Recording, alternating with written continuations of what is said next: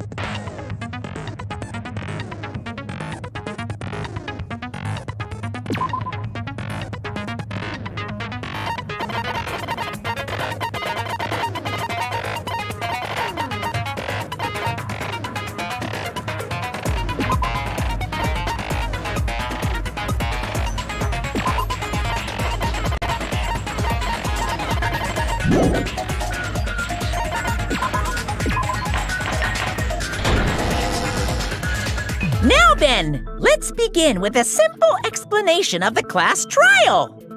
During the class trial, you will present your arguments for who the killer is and vote for who done it. If you vote correctly, then only the blackened will receive punishment. But if you pick the wrong person, I'll punish everyone besides the blackened, and that person will earn the right to leave this island. Oh my, Monami? My cute little sister? You're awfully quiet. What's happened to you? You've ascended the ladder of adulthood and reached the moon? Because you're a rabbit? Chesto!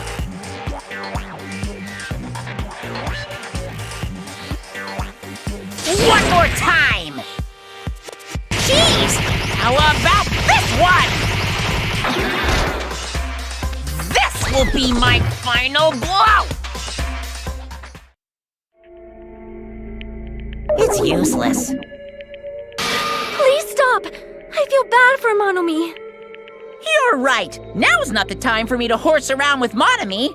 The class trial has started, after all. The victim this time is Nagito, who is attempting to reveal the traitor for everyone's sake. Who in the world killed him? I'm so curious. If he was killed for trying to reveal the traitor, that traitor is obviously the killer. They were trying to shut Nagito up. No, that might not be it. Huh? Are you trying to protect the traitor? They didn't call out when we were in danger. Wait. Don't tell me you're the traitor. Don't say something so stupid. There's no way in hell I'm the traitor. Now that's more like it. Why don't you guys hurry and start arguing already?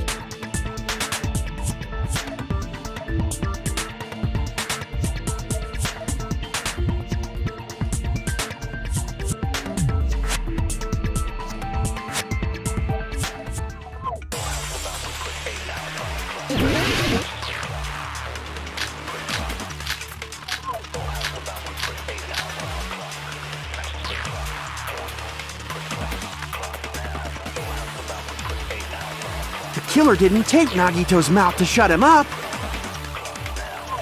I'm telling you, they were torturing him. The reason Nagito's body was covered with wounds. It's because the killer tortured Nagito. So that's why he was so beat up. What were they trying to find out by torturing him? Definitely the bomb's hiding place. If so, the suspect is whoever found the bomb first! That was Fuyuhiko. I found it by coincidence. There's no way I'd torture someone.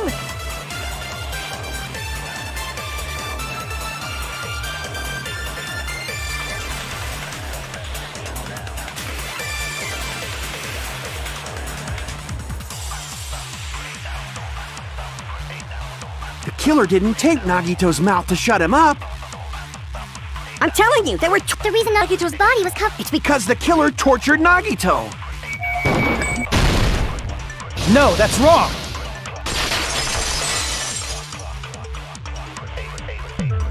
But Nagito's mouth was covered with duct tape, so he wouldn't have been able to confess anything. If he was being tortured for information, they wouldn't have taped his mouth like that. I'm prepared. Ah, I just realized it. It's a trap. Trap? Stupid Hajime. You got caught in that trap.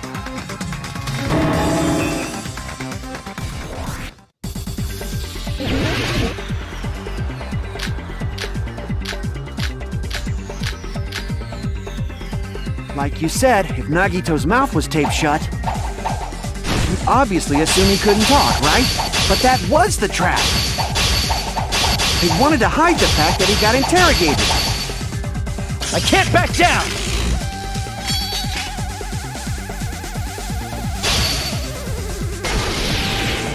But if you tape his mouth shut, how is he supposed to answer anything? Pay attention, this is how it went down. First, the killer tortured and got information about the bomb's location. Then, after they killed him... Allow me to cut through those words! No, there's no doubt Nagito's mouth was covered with duct tape before he was beat up. What did you say? Who cares about the duct tape? You might as well settle this with rock, paper, scissors. We don't need to play a game. It's clear the duct tape was on his mouth before the torture even began. Why do you always side with Hajime? Do you have a crush on him or something?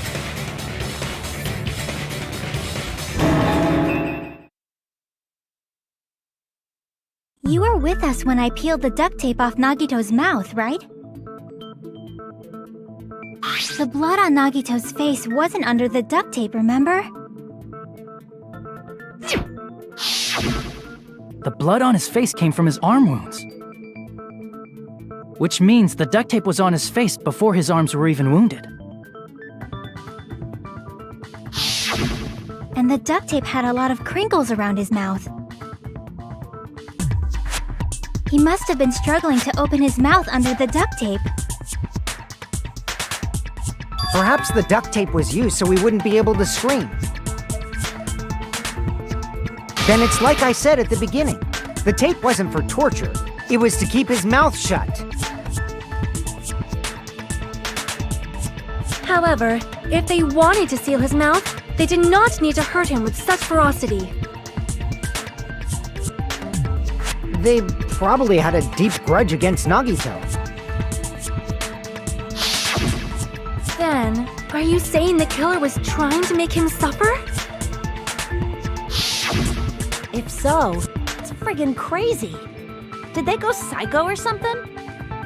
No, they didn't just go crazy. Whoever did this must be one crafty bastard. If not, they wouldn't have taken the time to set fire to the crime scene and destroy all the evidence.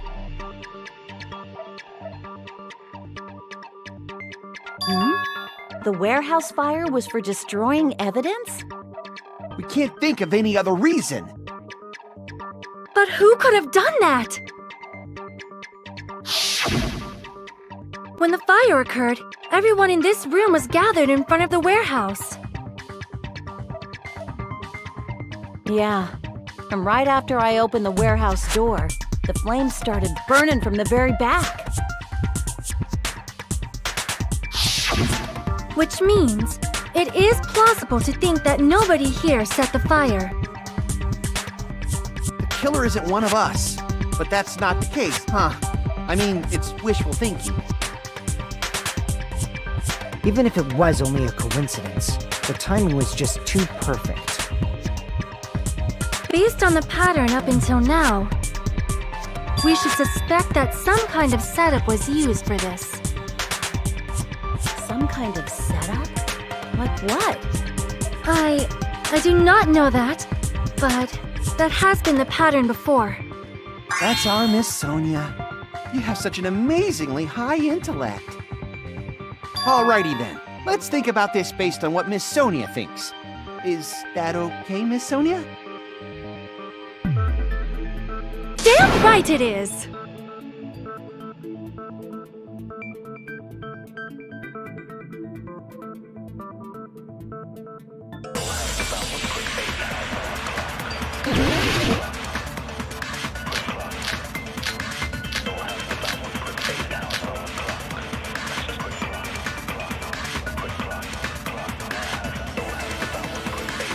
The direct cause of the fire was the oil lighter found at the crime scene, right? The killer used some kind of setup. He lit the curtain on fire with the lighter. Some kind of setup? Did they use the oil as an improvised fuse? They probably just threw the lighter. Based on the shape of that oil lighter, it can stand upright while the flame is lit. If they tipped over the lighter in some way, it could have ignited the curtain. Some way? Maybe they used invisible thread. There should have been a way to tip it over with sound waves. Or perhaps opening the door caused intense wind pressure to tip over the lighter.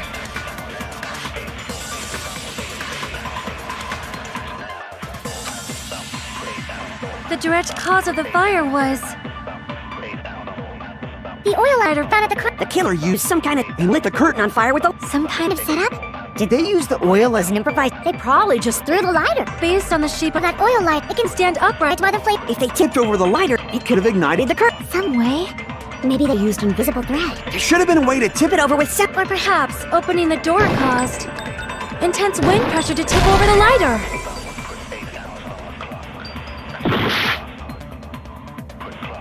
The direct cause of the fire... The oil lighter found at the... The killer used some... He lit the curtain on fire. Some kind of setup? Did they use the oil? They probably just threw the... Based on the shape of that, it can stand upright while... If they tipped over the... It could have ignited... Some way?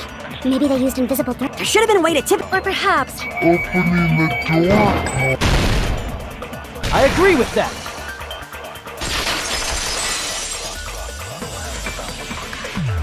I also agree that opening the door is what started the fire. just as I thought. It was the wind pressure. A dust devil blown here from glorious Japan! No, not wind pressure. They probably used the Monokuma panels. A huge number of tipped-over Monokuma panels were found at the crime scene, right? It looked like they were scattered everywhere, but some were laying on top of each other in a single line. Just a single line leading from the warehouse door to the fire's origin. Does that mean anything? The killer probably arranged those Monokuma panels to create a domino effect.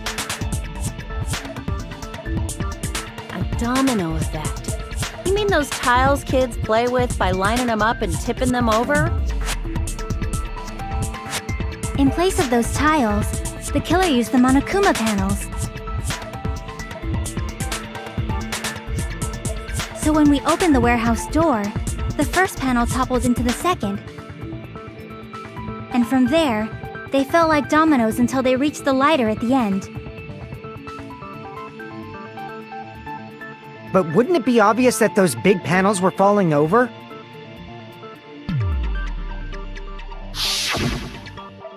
That's probably why they turned off the lights in the warehouse, so we wouldn't notice them.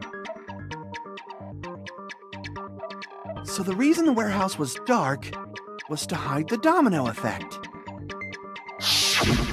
And one more thing. There was something else the killer did to hide the domino effect, right?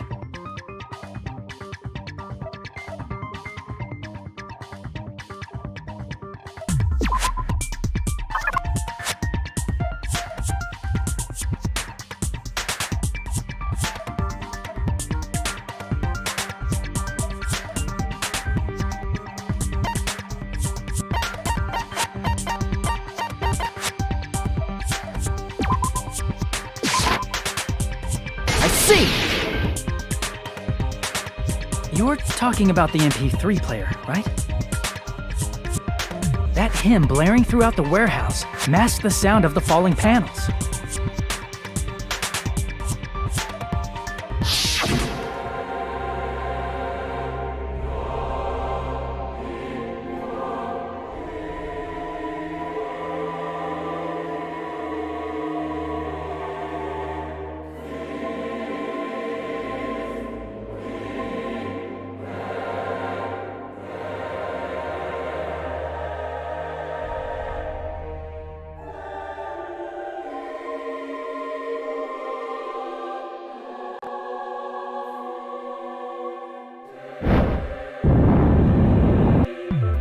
That's it. So the strange sound was actually the sound of the panels falling. But those sounds weren't the only strange thing, right? Looking back on it, it was also strange when we opened the door to the warehouse.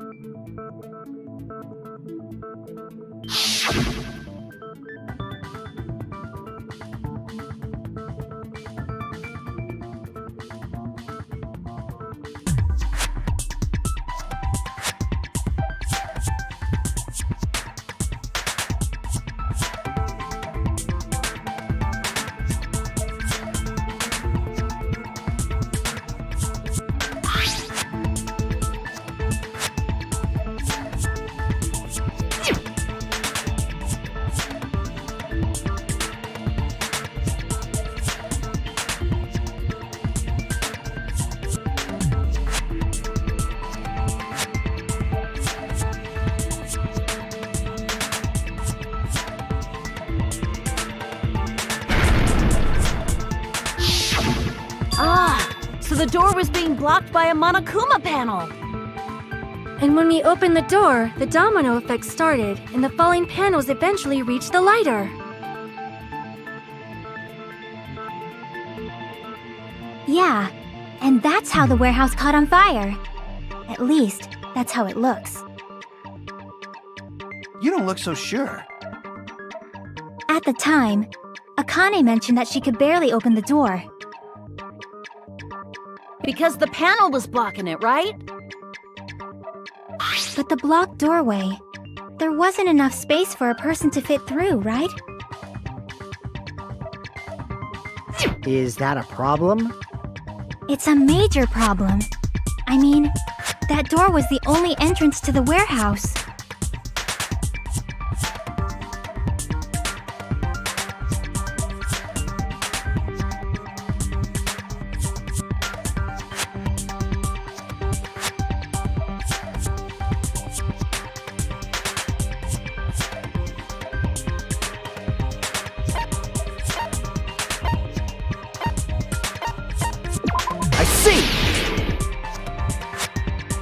If the panel was so close to the door that it could barely be opened, the killer inside the warehouse wouldn't be able to leave, right? Now that you mention it. Does that mean they were hiding inside? Who? We were all outside the warehouse, you know. Based on the patterns up until now, I believe some kind of setup was used. You don't have to think so hard. There's actually only one person who could have possibly done this.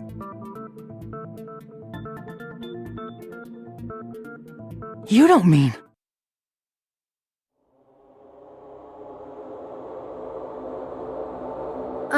Hajime? What do you mean?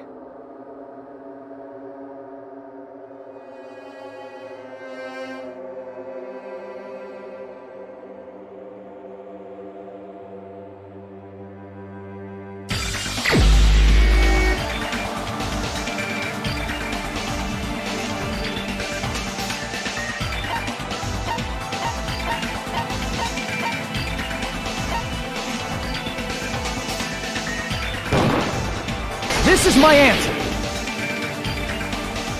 What if it was Nagito?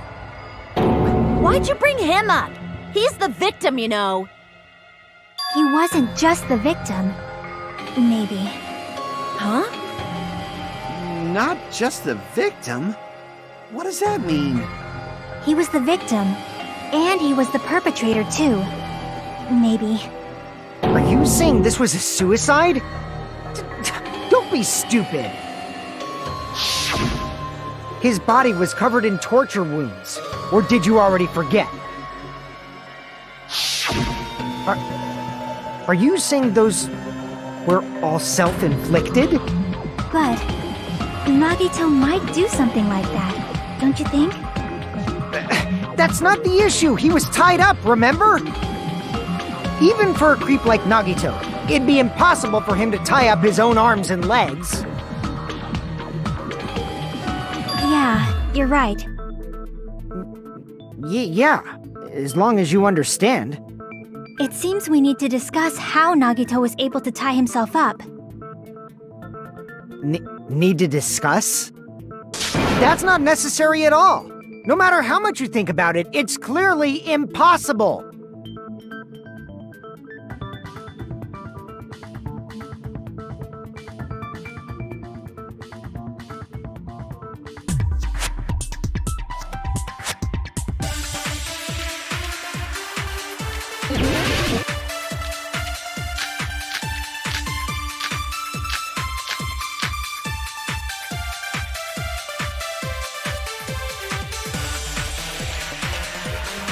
To actually tie up your own arms and legs.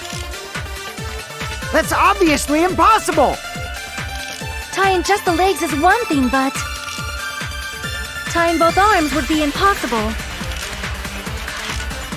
You couldn't do much with the free arm.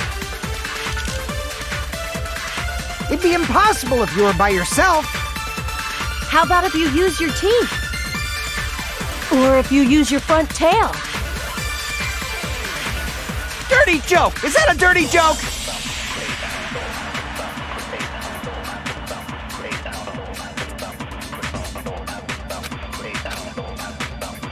To actually tie... No, that's wrong!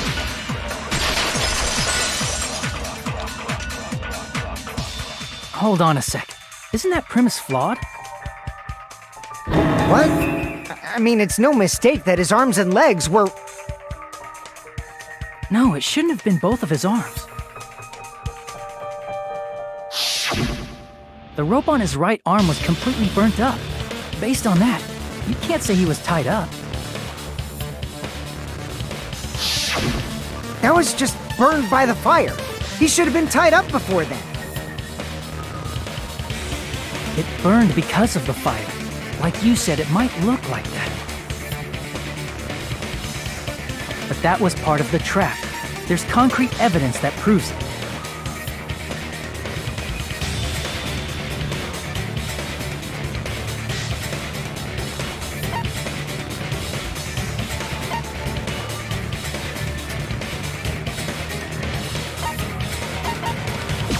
I see! Take a close look at his right sleeve. Even though the rope was burnt up, his sleeve wasn't burned at all. Wouldn't you agree? A burn like this, no matter how you think about it, is unnatural. That rope was burned in advance so it would look like it was burned in the fire. Then Nagito's right arm wasn't tied up, right? He was able to move it freely, right? Yeah, that should be the case. Hajime, that's awesome! I'll let you cop a feel if you want. Akane, you should not give it away for free. Make sure they pay you first. That's definitely wrong. Fine. I just gotta get a Benjamin from him before I let him touch me, right? That's not what I meant. I'm talking about Nagito. I mean, even if his right hand wasn't tied up, the knife was still stabbed into it, you know? It's impossible to stab a knife into your right hand with your right hand. Ah, that much is obvious. Hajime, you tricked me! Give me back that Benjamin!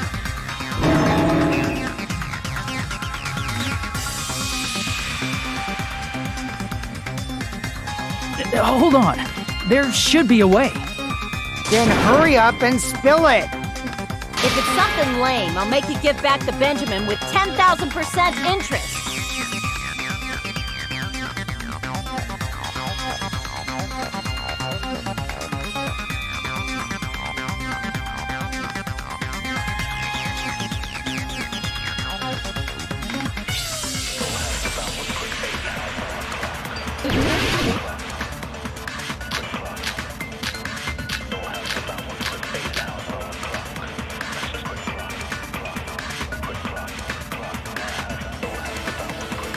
Even if Nagito's right hand was free, how could he stab his right hand with his right hand? If he threw the knife into the air and let the knife fall, could he stab his hand that way? Is he a throwing knife expert? Maybe he propped the knife somehow? And slammed his right hand down on it? Propped it onto what? If he just propped the knife,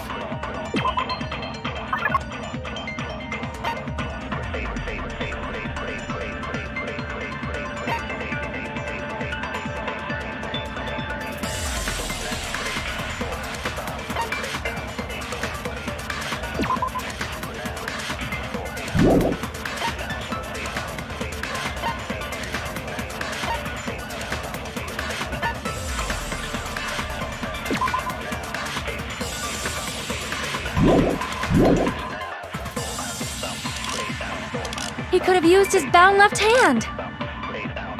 If you're tied up, your arms won't bend that easily. We don't know if his left hand could even reach his right hand.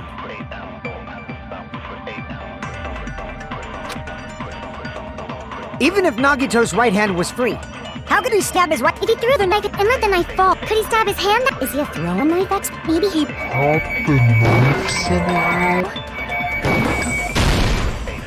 I agree with that.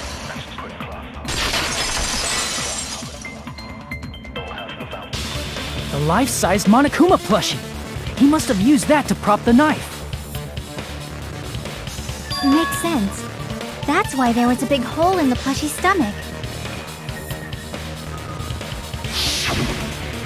He inserted the knife handle into that hole to prop it up.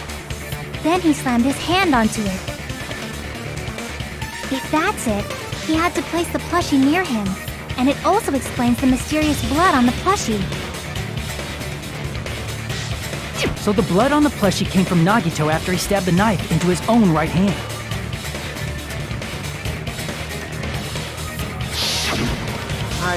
I see. So that's the trick.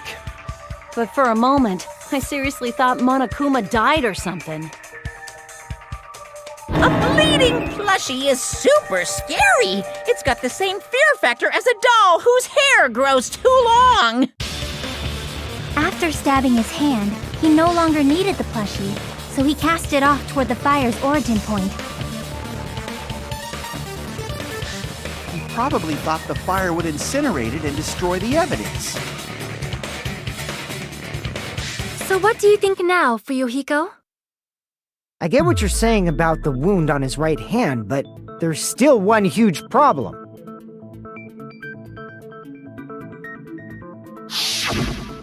The spear. Basically, you're saying Nagito committed suicide by impaling himself with a spear, right? If you think about the order, getting killed by the spear should have been the last thing to happen to Nagito. If that's true, how is that possible? He can't grab a spear with his right hand if a knife is stabbed into it and his left hand was all tied up. Then, he probably took the spear first, and as he endured the pain, he stabbed the knife into his right hand. There is a limit to his constitution. If you got penetrated by something so big and thick, you would die instantly. I'm sorry, I didn't catch all that. Like I said, if you got penetrated by something so big and thick, you would die instantly.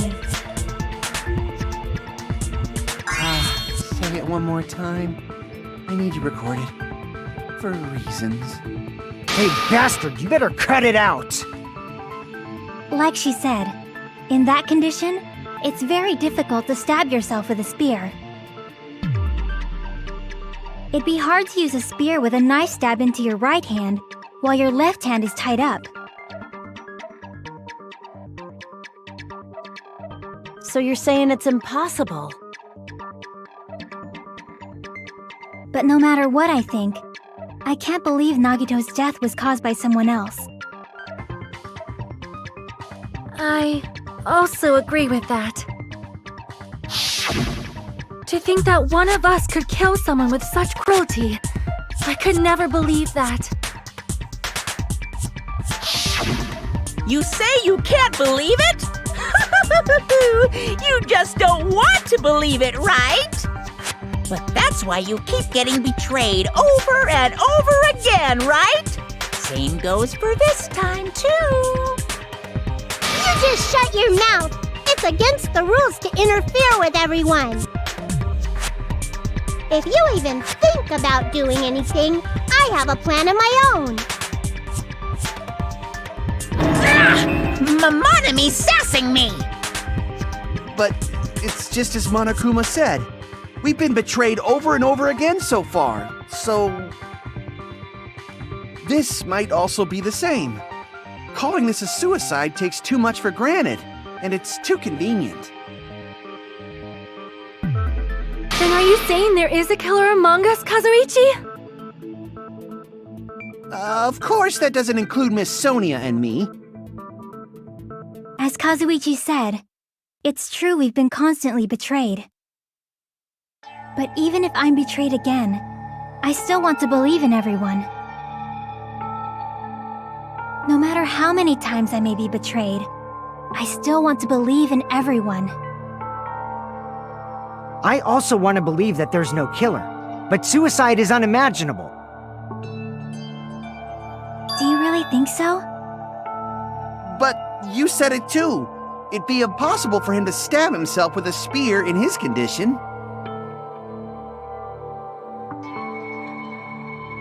I did say difficult, but I never said impossible. I feel that there's some way he could have stabbed himself with that spear. What kind of way? I don't know. You don't know. It's impossible to figure out by myself. So let's think about it together. That's how we made it this far up till now. Everyone working together.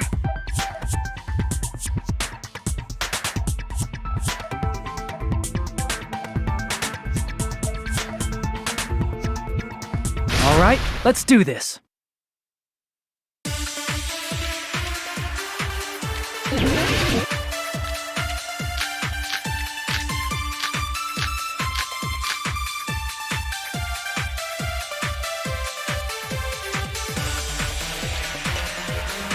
How did Nagito stab himself with a spear?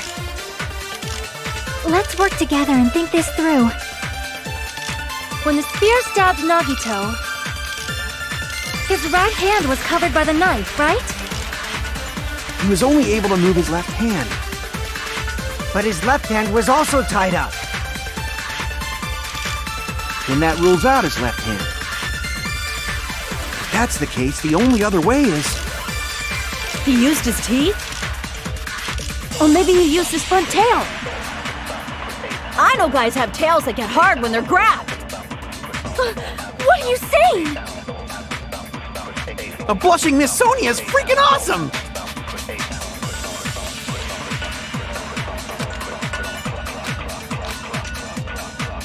How did Nagito stab himself. Let's work together. When the spear stabbed, his right hand was... He was only able to move his left... But his left hand was also tied up. And that rule... No, that's wrong!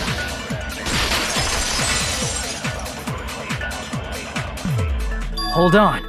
It's still too early to dismiss the possibility that he used his left hand. Why? I mean, his left hand was tied up, you know? But there was something off about his left hand. the bloodstain on the palm of his hand. Don't you think it looked somewhat strange? He only had blood on the lower area of his palm. Beyond that point, the bloodstain suddenly cuts off, right? When the blood splattered, that's as far as it reached, right? That settles the description of that bloodstain, but it's not the only unnatural bloodstain. Look, there's blood on the back of his hand, around the middle joints of his fingers. Like you said, it looks like an unnatural bloodstain, but what's wrong with that? We might need to think and use our imaginations for a bit. If there's blood on his palm and the back of his hand, what was his left hand doing as the blood splattered?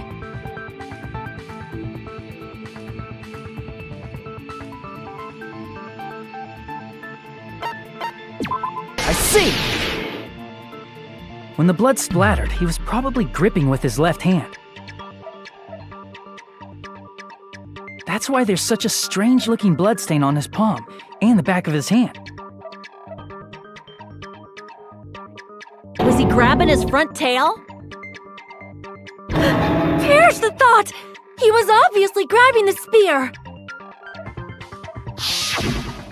Now that you mention it, compared to the rest of his body, the wounds on his left arm are pretty mild.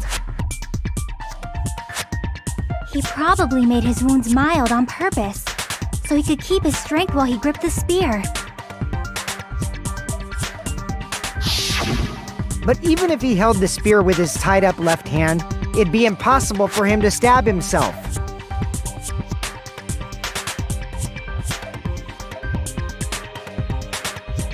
Hey, Chiaki, what do you think?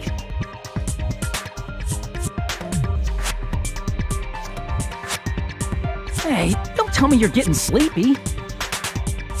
At times like this, you should always strike from a good angle, just like fixing an old TV. Oh, I got it. Maybe. Really? Yeah, like I thought. It's no mistake that Nagito was gripping the spear, I think. However, what's important is what section of the spear he was gripping.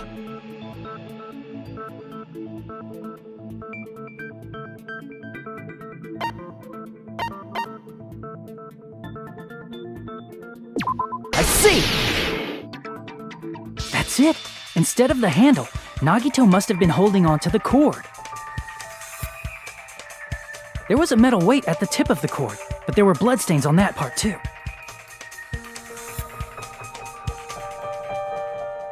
Plus, the joint between the weight and the cord had a bloodstain shaped like it was cut off by something.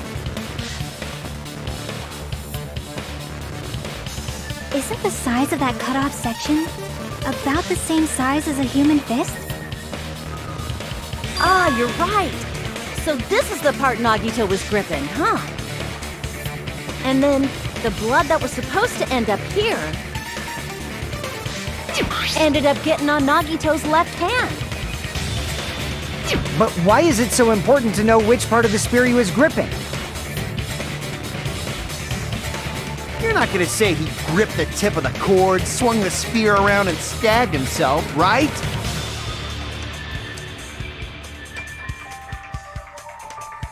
That is where the clue to solve this mystery resides. Right, Chiaki? I am sorry. Of course this mystery will not be solved that easily.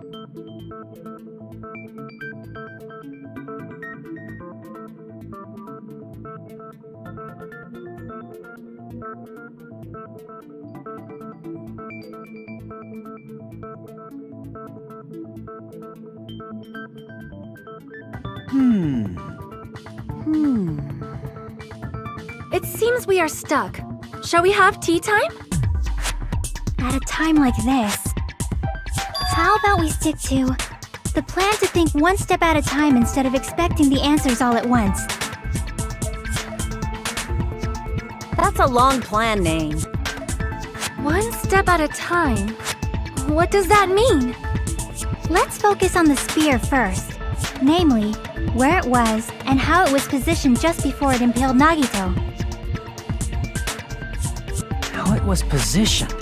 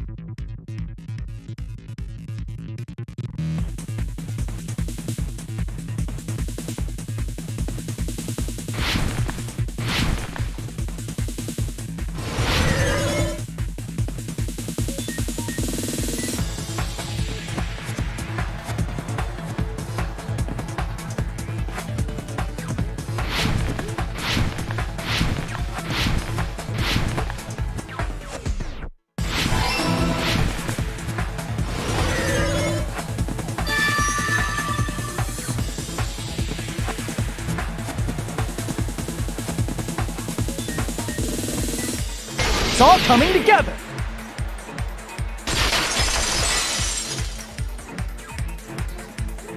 The spear impaled Nagito as he was laying face up. It must have been perpendicular to him just before that. Perpendicular? In the middle of the air? If Nagito did that all by himself, did he have some sort of ESP? That'd be awesome, but he'd probably use the ceiling girder directly above him. Nagito probably slung the cord over the ceiling girder, and using that as a support. He hoisted the spear directly above him. And if Nagito let go of the cord, the spear would have fallen and impaled him while he was laying face up.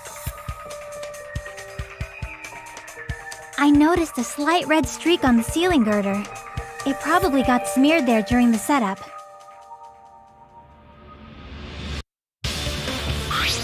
The blood on the cord probably rubbed off on the ceiling girder as the spear was falling. So, how about it? Using this method, Nagito could have impaled himself with the spear. Are you serious? He really committed suicide? Like that? He probably chose that spear so he could commit suicide like that. If someone else did this, there's no reason they'd go to all this trouble just to kill someone with a spear. I agree. When I was investigating this case, I kept thinking over and over how strange it was. Why did the killer use the knife and the spear so differently? So you're saying he needed to use that spear to pull off his trick?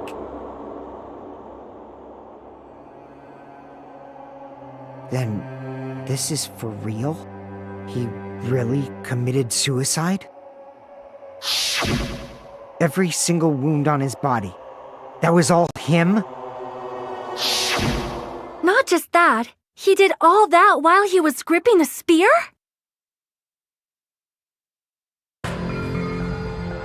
That spear should not have stabbed Nagito until the very end. Which means Nagito wounded himself while he was gripping that spear, right? Did he put the duct tape on his mouth too? He probably covered his own mouth so we wouldn't hear him screaming in pain. Did he need to go that far? That's beyond crazy. Why would he do that to himself? He was probably trying to get us to make a mistake. By committing a suicide that looked like a murder, he was trying to steer us toward the wrong answer. His goal was to get us all executed. And that's why he stabbed himself over and over again? Did he want us to die that bad? That's messed up. That's seriously so messed up. Yeah, that's our Nagito.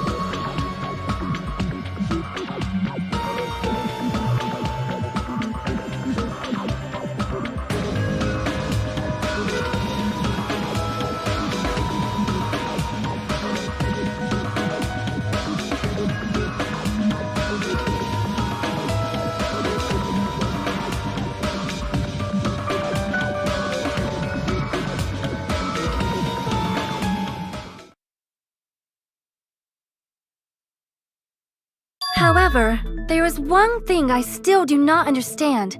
He said he would reveal the traitor, right? Whatever became of that? He was probably planning to kill the traitor along with the rest of us. So why did he not just do that in the first place?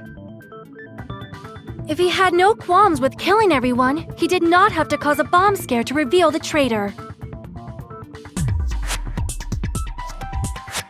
I bet the bomb scare was part of the strategy behind this trick. He made us split up and search for a bomb so none of us would have an alibi. He created a scenario where any of us could have killed him. He tried to make us doubt each other and tried to hide the truth behind his suicide. Did he cause a bomb scare for that reason alone? He's a fucking bastard who killed himself for his delusions of grandeur. It's not that unthinkable. You are right, I suppose. Yeah, it appears we've come to a conclusion. The bastard Nagito committed suicide. It was all done by him so we'd be executed. That should be okay, right? Right? What? You're not satisfied yet? No, I agree that Nagito killed himself, but I feel like there's something that doesn't make sense. It's probably just my imagination.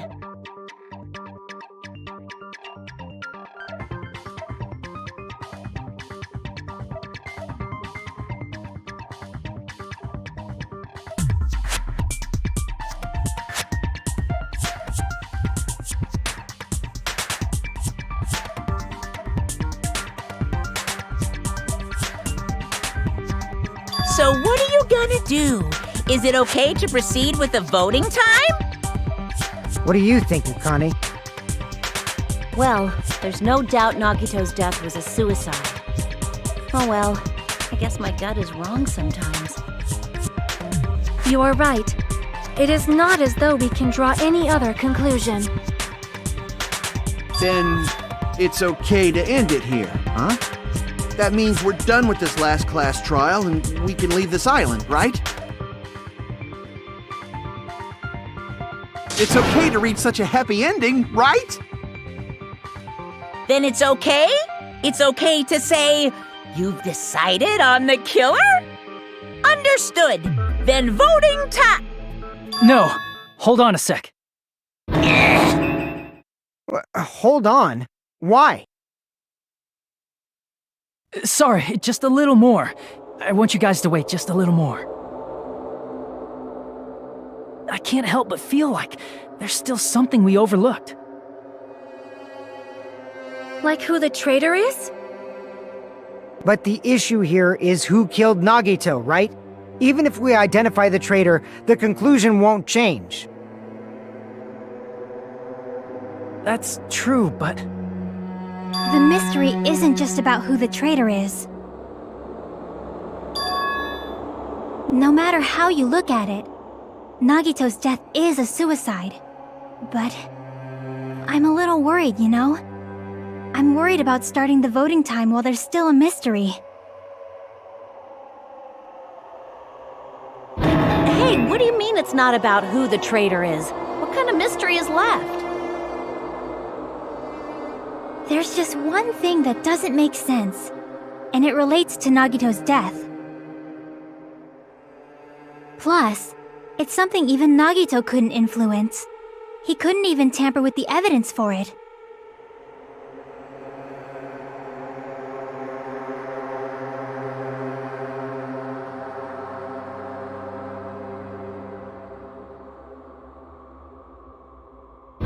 You're gonna keep going? Here I thought we were finally finished.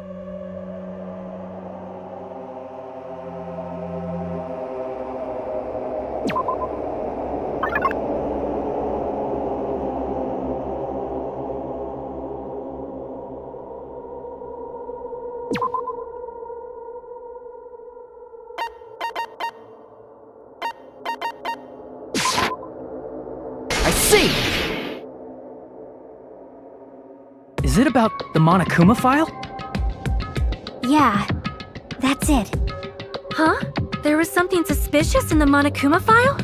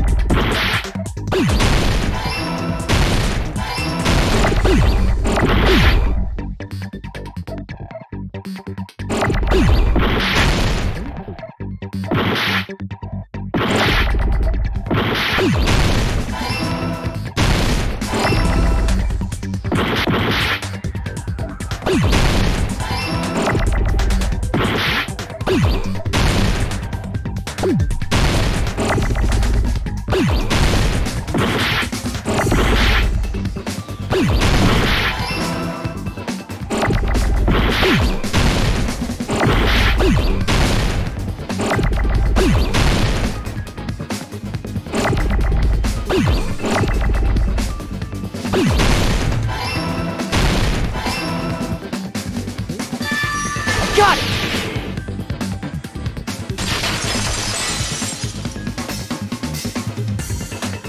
In this particular case's Monokuma file, there's no specific cause of death.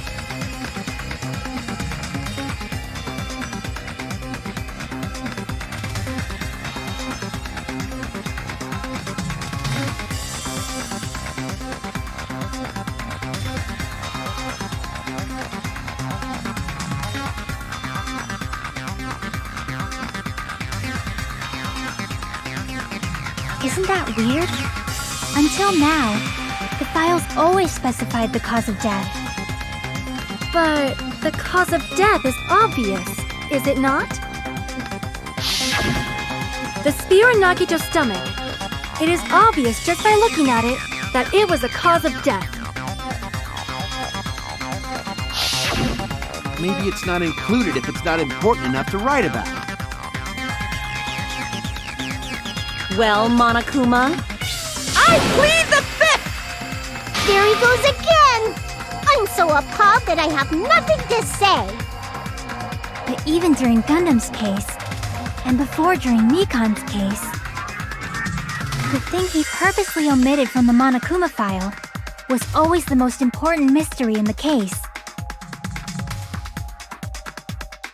Are you saying that applies this time too? Hold on a sec. Then, are you saying there's more to Nagito's death? Are you suggesting, again, that his death wasn't a suicide? You guys were the ones who said it was a suicide in the first place! No, I don't think it's a mistake to call Nagito's death a suicide, but it's not just a suicide. Come to think of it, did Nagito really commit suicide just to get us all killed? are you sticking up for him? That's not what I meant. I mean it in a bad sense. Bad sense? I just remembered that his malice always defied our expectations, and that concerns me. For example, would that malice just end here? Did Nagito's malice drive him to risk his life for a truth we'd reach this easily? I mean, this is Nagito we're talking about, you know? How interesting! You sure do believe in Nagito, huh? Because you believe in his malice, you continue to suspect his malice. I see. I guess that's what passes for friendship these days. What friendship? What should we do, you guys? Should we proceed with the vote? I think we should keep going until everyone is satisfied, even if it's just to be safe. You are right. We only get one chance to vote after all. Just to be safe, huh? Guess I have no choice. If that's the case, I'll do my best to go along with it. This is friggin' annoying. But if you guys say you're doing it, there's no way I'm gonna back out. Hey, Monokuma, you heard us. The voting's gonna have to wait. We've come this far. Let's work hard till the very end. If we work together, everything should be all right. That's what I believe. Oh, splendid. You guys are so splendid right now. That's right. If all your hopes are united, no despair can shake you.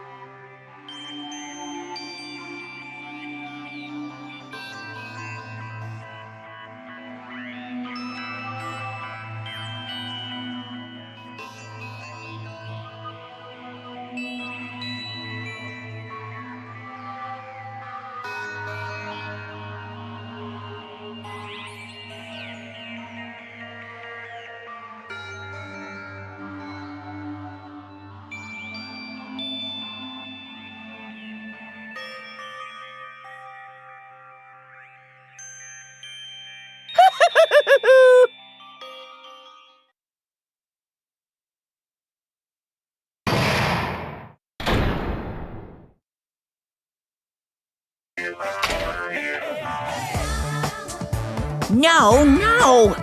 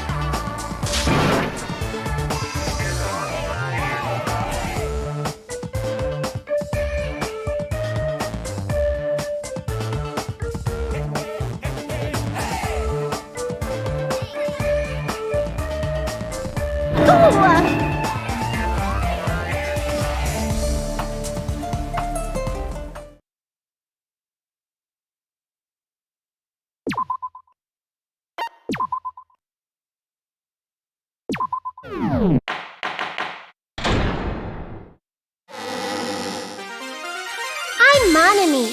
By now, there's nothing more for me to say. Anyway, my chest is full of pride right now. Everyone is united against despair. They're totally awesome. That's why I'm gonna fight too. I will fight the only way I can. I'm gonna show that guy my fearsome retaliation. That's basically it. So if we're working together, where do we start? With the cause of death missing from the Monokuma file? Why don't we try removing all our preconceived notions before we discuss this? In the beginning, our discussion advanced by assuming Nagito's death was caused by the spear. It's better to confirm if there are any other possibilities. That's what I think. Other possibilities. If something other than the spear killed Nagito, all I can think of is the knife stabbed into his hand, but... That was definitely a gruesome wound, but it wouldn't be the fatal wound, don't you think?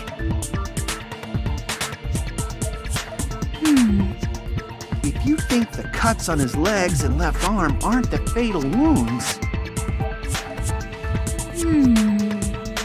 Are we finished already? I feel like it's possible that we overlooked something. Then let's bring up whatever we can think of, one after the other. That might clear some things up. Exactly! We should cooperate at a time like this.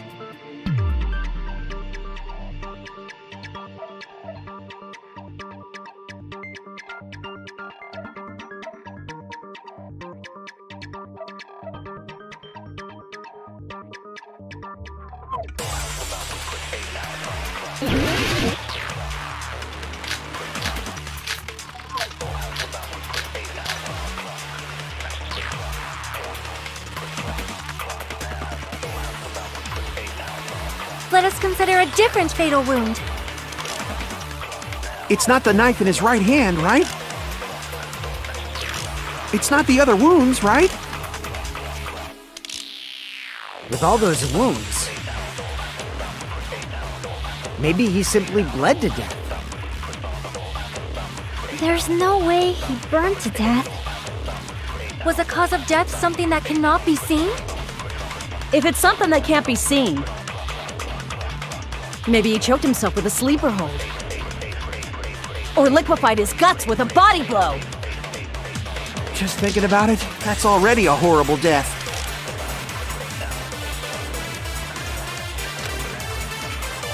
Let us consider a different fatal wound. It's not the knife in his right hand, right? It's not the other wounds, right?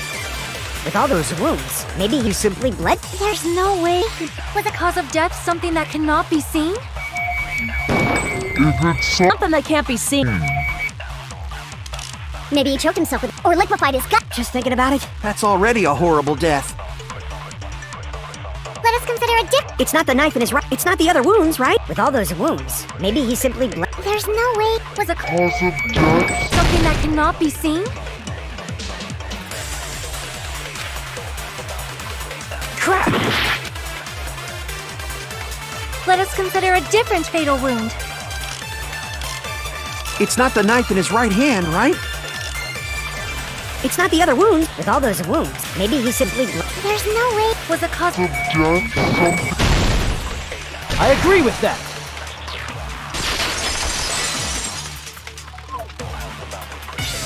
That's it. I totally forgot about that possibility. If the cause of death was something we can't see, then we have to consider poison as a possible method.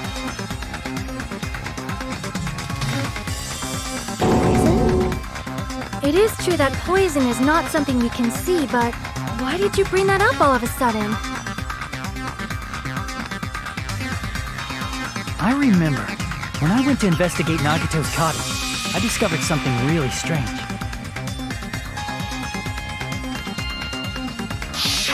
Inside the refrigerator, I found a bottle of Monokuma's special poison. Poison? Additionally, that's a poison made specifically for killing. I see. Now that you mention it, there's no way a toxin like that doesn't relate to the case at all. If poison was the cause of death, it would not leave an obvious wound on Nagito's body. However, it's common for blood blotches to appear on a body that's been poisoned. I see. You sure seem to know a lot about medicine. What does that mean? But even if blood blotches appear, if the body was already covered in blood, there's no way we'd notice them easily, right? Did he wound his body just to camouflage them? That's also a possibility. But still, both of Nagito's hands were full. So how would he drink poison? His left hand was tied up and gripping the spear, and his right hand had a knife stuck in it. If it was a slow-acting poison, it is possible he consumed it in advance. No, the warning label on the bottle explicitly states the effect is instant. Then it's impossible. Both his hands were full just before he died. And this is when the hardtail appears. You're totally overvaluing that tail. His mouth was covered with duct tape, you know. If he wanted to drink poison, how'd he get it past his lips? If there's no way he could have drank the poison, it might be impossible. Just kidding. It's not like we're out of possibilities yet. Are there any left? Hell no! No matter how you slice it, he was totally killed by that spear! Since we've already ruled out so many possibilities, it might be easier to think about what really killed him. Operation Elimination Method. The hint should be written on the poison's warning label. Maybe.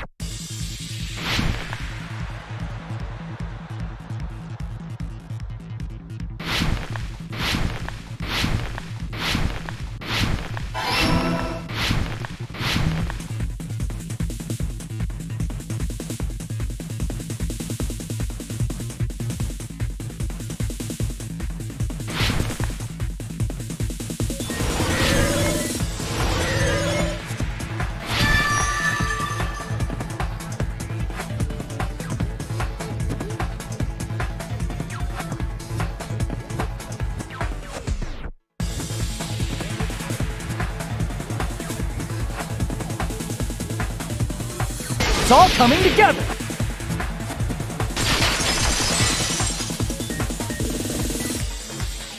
What if instead of drinking the poison, we assume he inhaled it?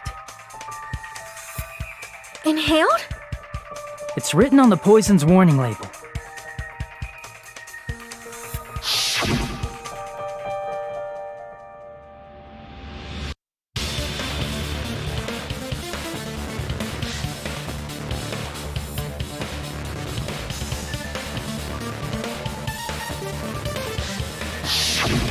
Dangerous when vaporized. In other words, breathing in the gas is fatal. Poison gas! Then all he had to do was breathe it in through his nose! He breathed that poisonous gas inside the warehouse? But if poisonous gas had spread throughout the warehouse, why didn't it kill us?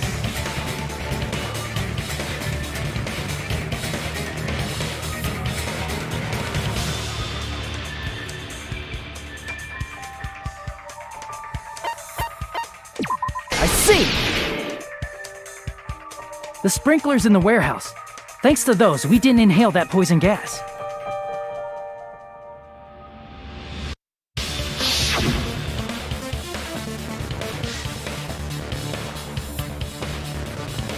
The poison gas disappeared because of the sprinklers? It wasn't the fire? Well, this was also written on the poison's warning label.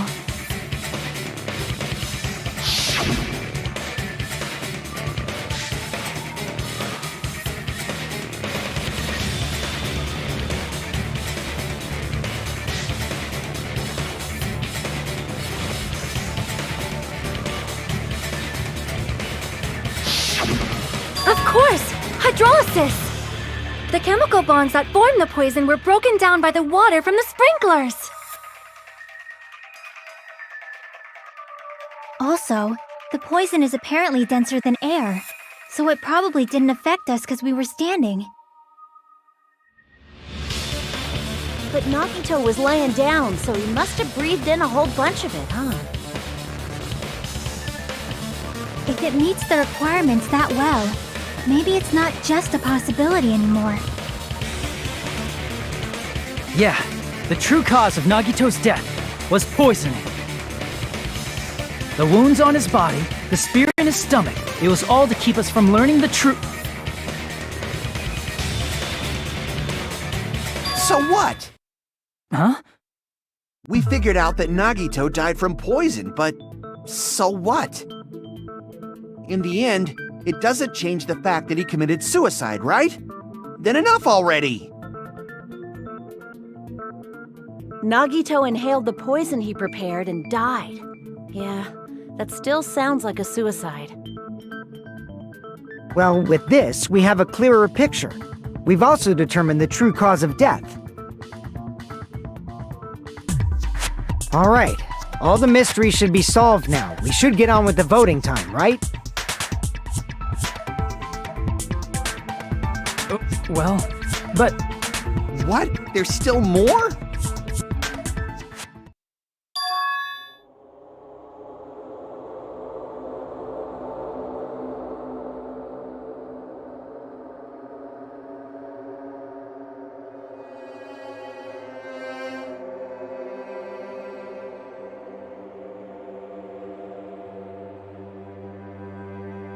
Hey, what happened? There's no reason to wonder about that stuff anymore, you know.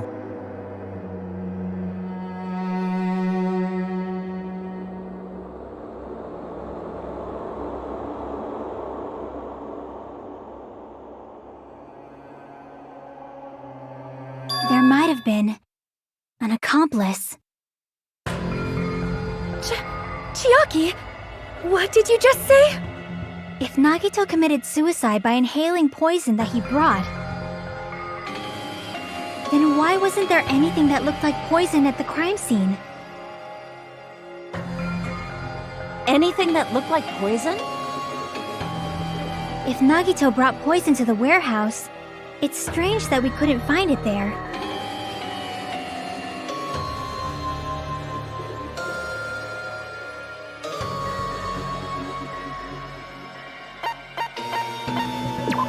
see!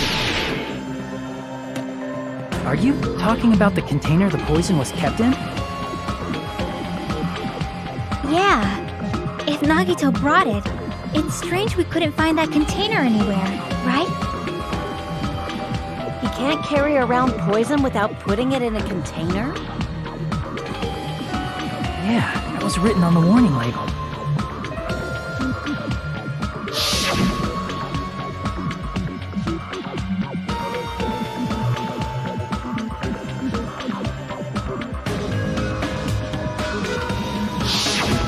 The container probably melted in the fire. It's probably plastic or glass, right? There's no way it'd completely incinerate. Even the plastic fragments of the fire grenades we used to put out the fire didn't completely burn up, you know?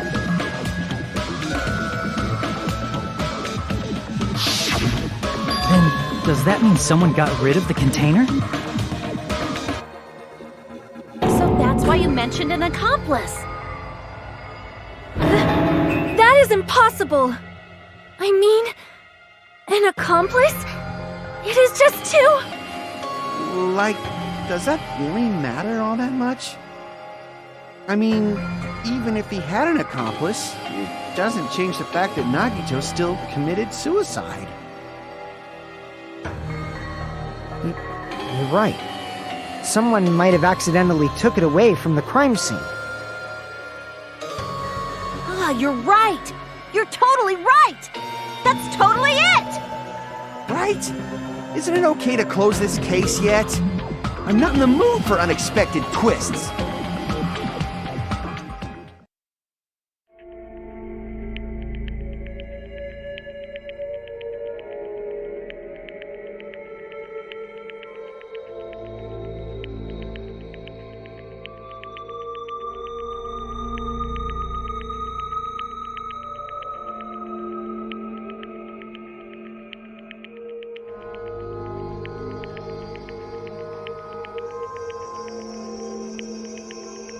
That's no good. Huh? I feel like Nagito is seeing through us. By calling this Nagito's suicide, we're trying to take the easy way out so we don't hurt anyone else. But if Nagito was here right now, he'd probably be sneering at us. He'd probably say something like, "So that's the extent of your hopes." So Nagito's ghost is whispering to you, huh? The power of friendship bursts beyond death, huh? A fiery outcome like this is right out of a teen manga. Still, that's pretty messed up. Shut up! You just be quiet. I get what you're saying, but in the end, the reason he died is still the same as before, right? Even if we solve this mystery, the conclusion won't change at all. I mean, it'd be a suicide regardless, right? Even if there really was an accomplice, is there any reason we should take the time to figure out who it is? Like Fuyuhiko said earlier, it is possible that somebody accidentally removed the poison from the crime scene. But I just can't imagine ending this by turning our backs on the truth. It's fine, okay? There are some things we're better off not knowing. And we probably just didn't notice it. Like maybe the container was hiding with the fire grenade fragments.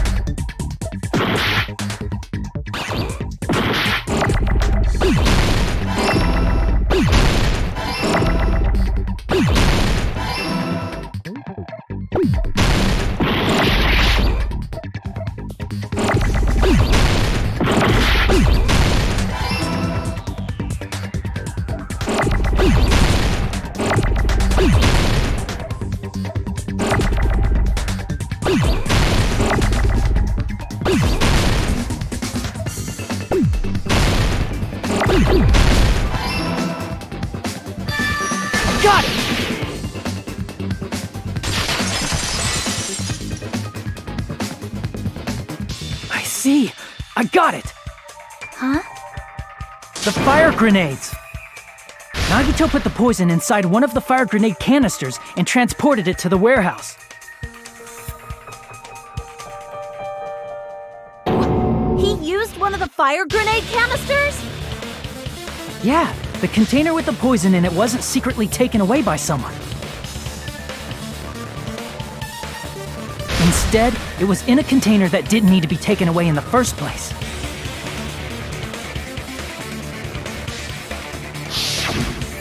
As long as he put the poison in the same container he brought to the warehouse, it can be hidden with the other fire grenades we used, so there's no need to dispose of the container later.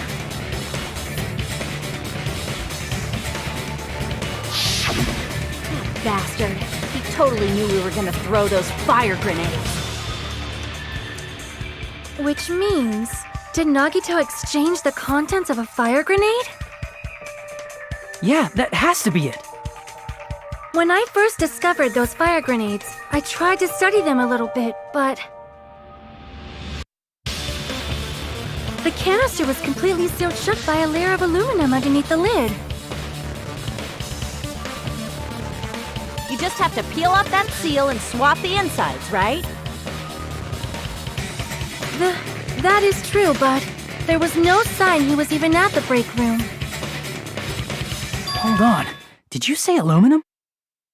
Hajime. Could it be? If so, then there's no mistake. Nagito definitely swapped the contents of one of the fire grenades. Seriously? That's impossible! Miss Sonia just said so right now! Sonia's words are proof that the poison was swapped with the contents of a fire grenade. Huh?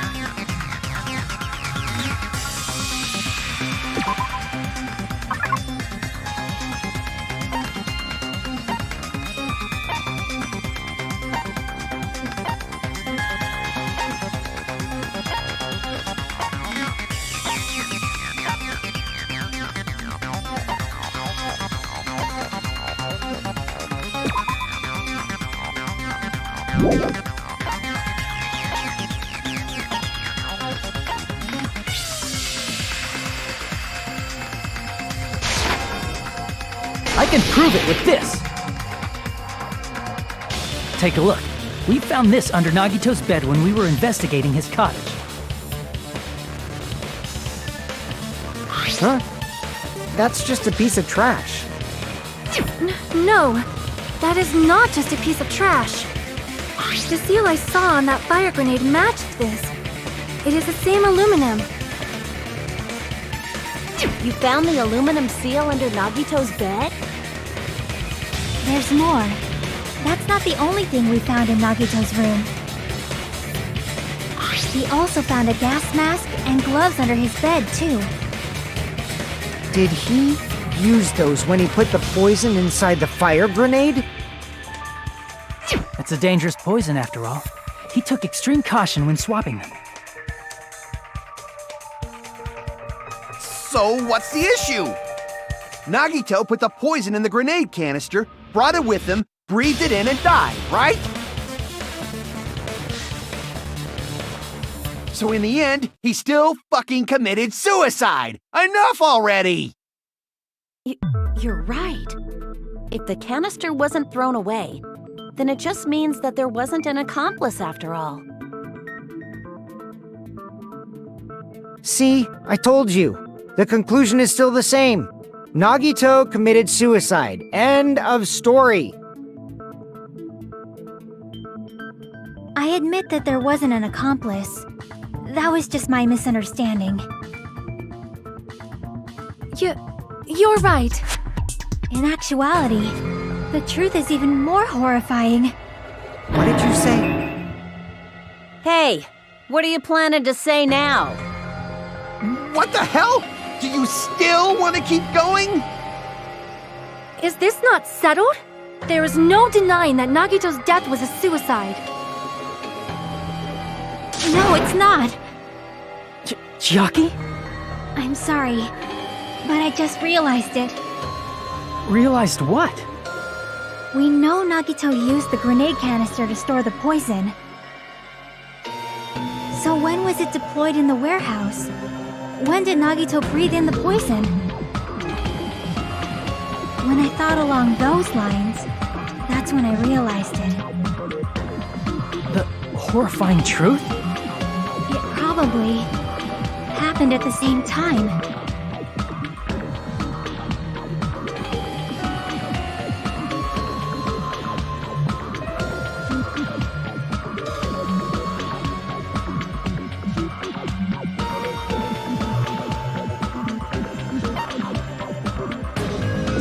I see! Are you saying it was when we all threw the fire grenades? Yeah, I think so.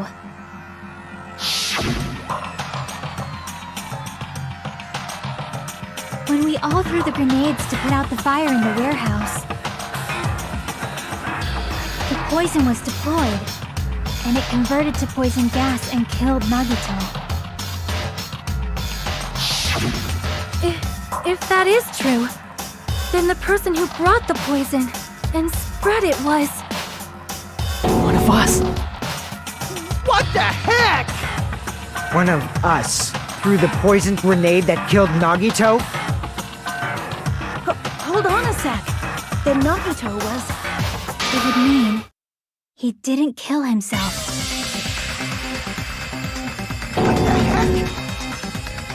You said so yourself! You said Nagito committed suicide! Then who killed Nagito? You mean, who's the actual killer, right? Do you know? Who prepared the poison fire grenade that killed Nagito?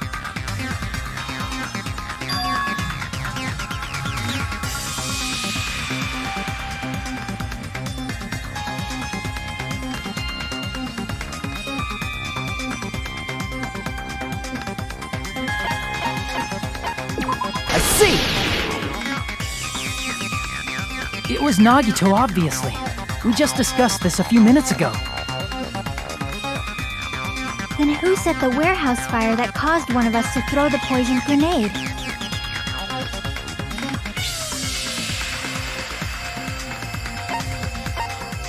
I see! That was also Nagito. Hey, how many times are you gonna ask the same damn question? The next question will be my last. Considering all the facts up till now, why did Nagito set the warehouse on fire?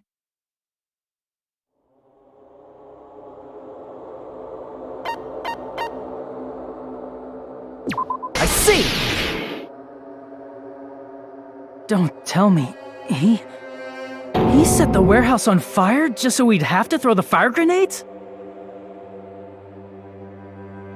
He set the fire just so we'd put it out? Why'd he do that? It was a trap. A trap? Preparing the poison, creating a reason for us to throw the poison. It was all a setup by Nagito.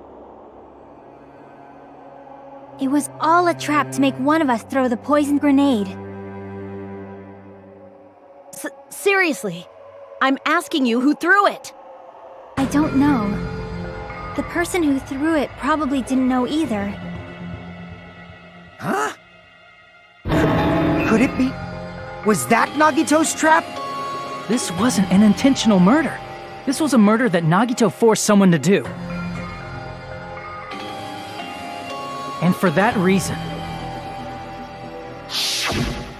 he put the fire grenade that he filled with poison with the other grenades. Setting up a murder nobody can solve. That was Nagito's true goal. What? What the hell? Nagito did not commit murder. Instead, he manipulated someone else into killing him?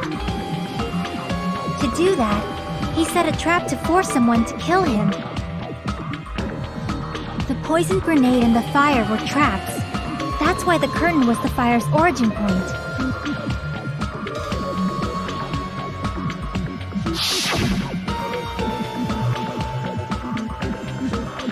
All the fire grenades we threw at the curtain shattered once they fell to the floor. Because of that, Nagito, who was laying face up on the floor, was able to breathe in the dense poison. And then... Hold on! If that's true, you can't say the poison was the cause of death. It might be the poison's fault he let go of the spear, but the actual cause of death could be either one. Even so, the poison is what caused him to let go of the spear. That's right! Nagito's killer is the one who made him breathe the poison! Are you fucking serious? That was his trap all along. Even the wounds all over his body, it was all to mess with the evidence for what actually happened.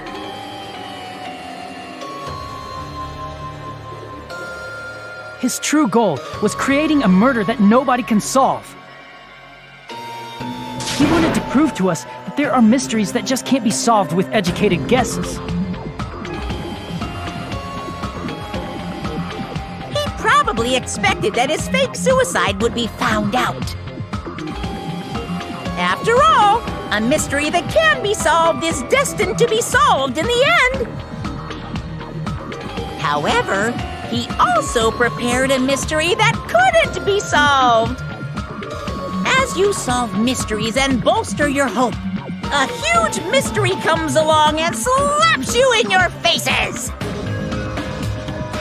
For those of you who believe there are no unsolvable mysteries, that is when you finally taste despair. Meaning, he used all of the prior class trial verdicts to prepare this trick. Not all mysteries can be solved. Such a devious trick he played on you, as expected of Nagito. That's totally messed up. That's so fucked up.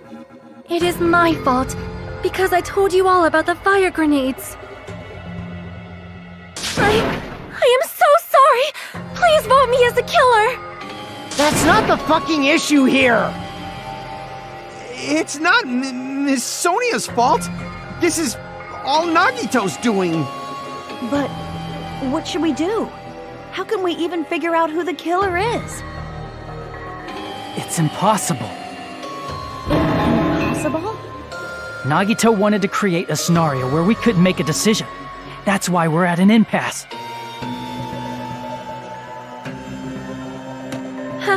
However, Monokuma also does not know who the killer is, right? That's right. There's no way he'd be able to figure that out with just his surveillance cameras.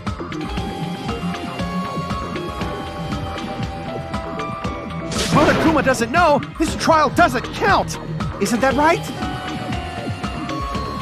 You know, I don't actually need stuff like cheap-ass surveillance cameras or whatever. I know perfectly well what's happening on this island at all times. I know you used the bathroom 3 times yesterday, Sonia, and one of those visits seemed to take a while. Please stop! I will never become queen! How can you? You're so I mean, how can you have such an awful power? So, of course this trial still counts. Do your very best to guess who the killer is. Guess, he says. How the hell are we supposed to do that? Is giving up all we can do? No, it's too early to give up. Is there any way to figure out who the killer is? Even though it's just a hunch, it's possible that it's probably... There's one way, I think. Really? Hey, is it alright if we look at Nagito's crime one more time from the beginning? I want to make sure my hunch is correct. Hajime, please.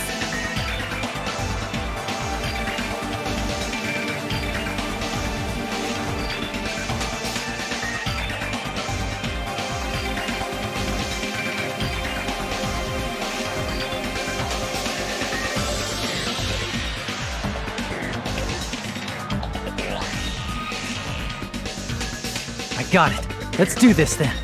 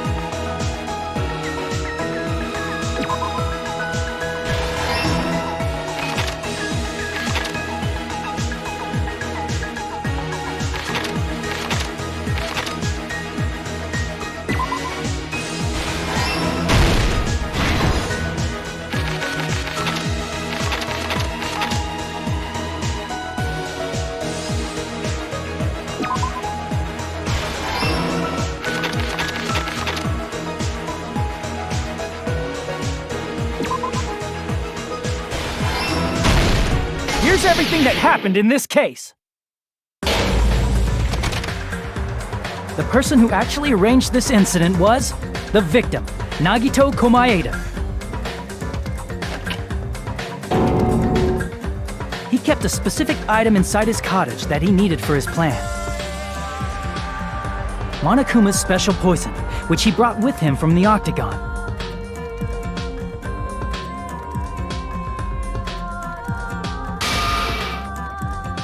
Using the gloves and gas mask that he got from the military base.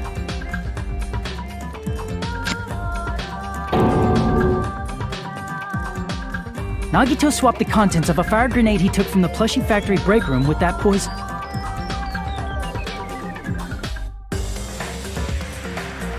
did that, a specific item was left as evidence, the blue aluminum seal on the grenade.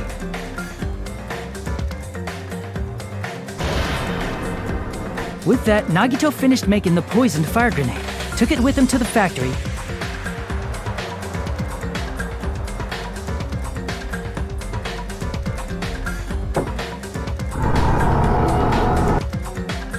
and put it back with the rest of the grenades in the break room.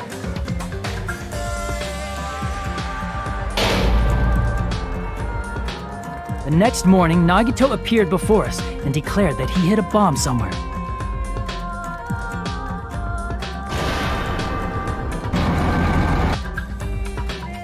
While we were looking for the bomb, that's when Nagito headed over to the goods warehouse.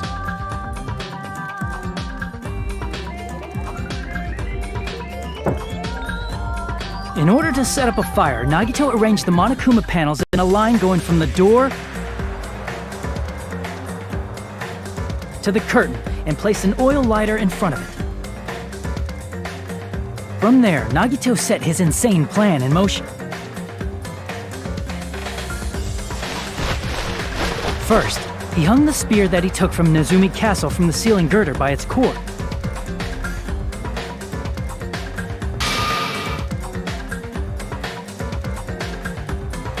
Then he tied his arms and legs at the back of the warehouse with rope. However, he burnt off the rope on his right arm beforehand. In doing so, he made sure that only his right hand was free, while his remaining arm and legs were tied up.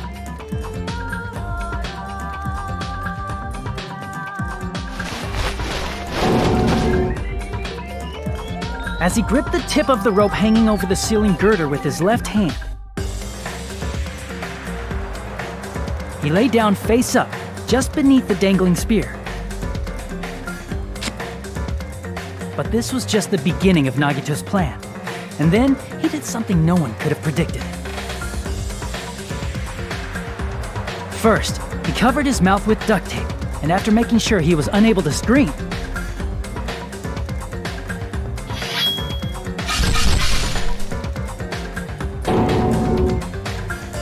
he stabbed himself with the knife multiple times in his left arm and in both of his thighs.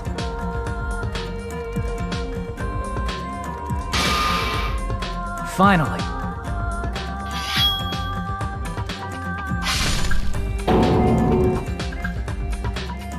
he propped the knife on the plushie and slammed his right hand onto the blade. He didn't just want us to think he was tied up, he also wanted us to think he'd been tortured.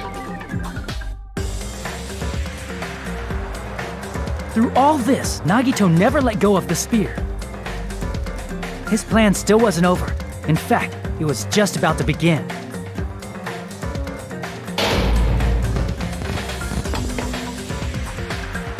Meanwhile, we finally arrived at the plushie factory and found Nagito's message.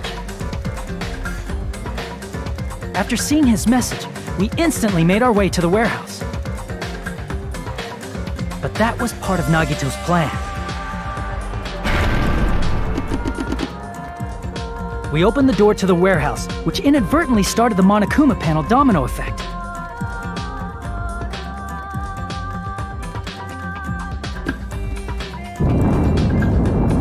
The panels fell one after another until they reached the lighter, tipped it over, and ignited the curtain.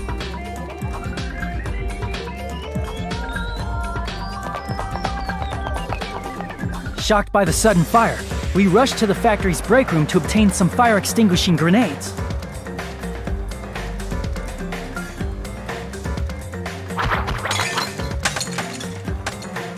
We then aimed for the fire's origin point, which was the curtain, and unloaded the entire supply. It never occurred to us that one of those grenades was the poisoned grenade that Nagito had prepared.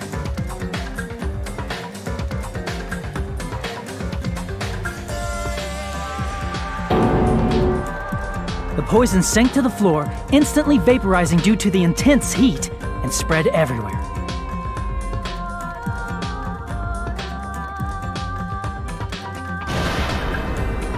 The poison gas quickly drifted to the curtain at the back of the warehouse, where Nagito was.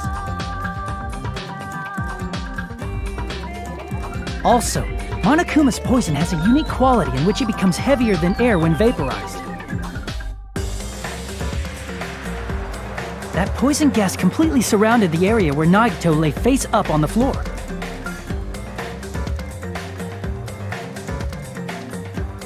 There, Nagito inhaled the poison, and if it didn't instantly kill him, he certainly lost consciousness.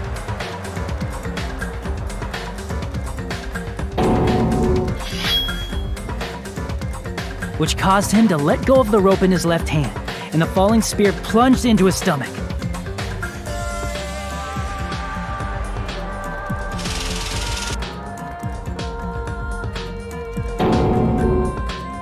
This is all the information related to Nagito's plan. His true intention was to set one of us up as the killer. At this time, we still don't know who the killer is, because the killer wasn't aware they killed someone. Try as we might, we cannot reach that truth. That was Nagito's trap. In conclusion, the fact that we can't determine the killer's identity.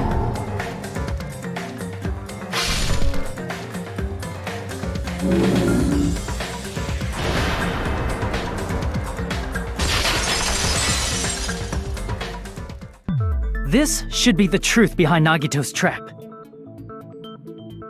How about it, Chiaki? Will that help you figure out who the killer is?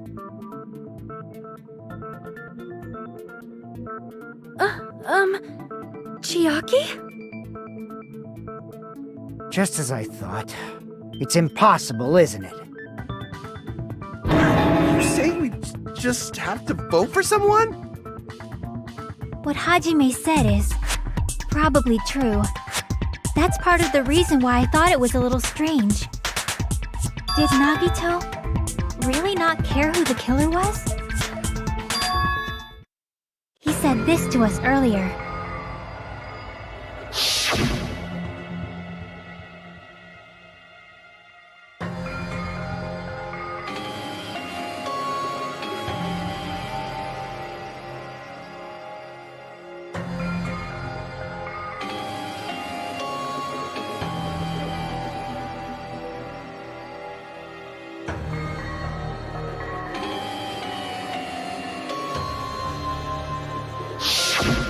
That feeling of belief is at the heart of his trick.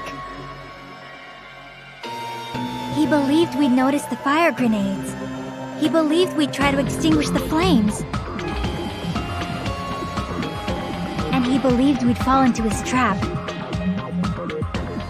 By believing in us, Nagito was able to put his life-threatening plan into effect. What do you mean, believe? And what's wrong with that? There's one more thing, remember? Something that Nagito believed in from the bottom of his heart. I want you to try to remember what that is.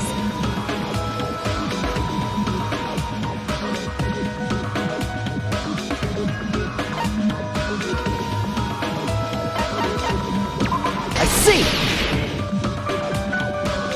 Nagito believed in his talent as the ultimate lucky student.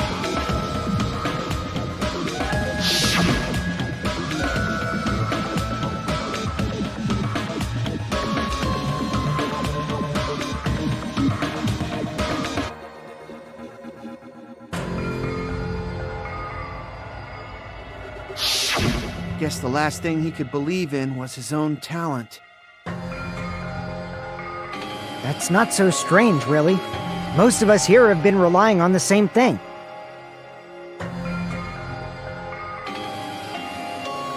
But, in his case, it was pretty remarkable, wasn't it? It almost seemed like he had blind faith in it. You're right. The same thing happened when he cleared the final dead room at the funhouse.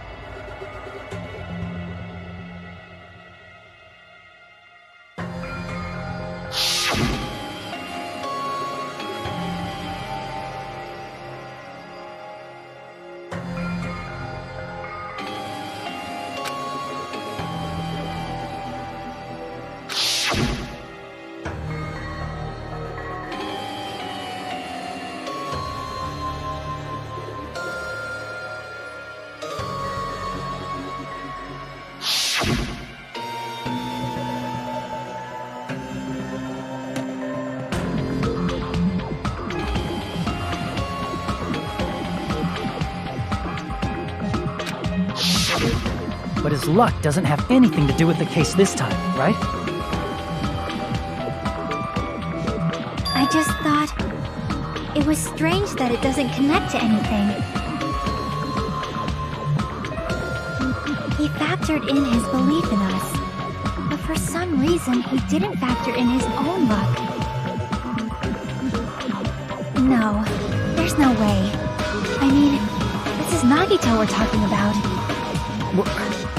What did he do?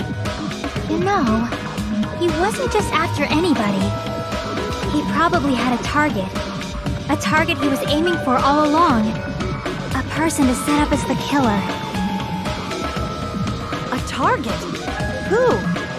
The target's true identity. Even Nagito didn't know it. That's why he relied on being the ultimate lucky student, and incorporated that luck into his plan. As long as he had his luck, he believed the target he was after would pick up the fire grenade. You mean he left his plan to luck? He risked his life for that? He probably risked his life just so his ultimate luck could decide this. Who is it? Who's the target Nagito is after?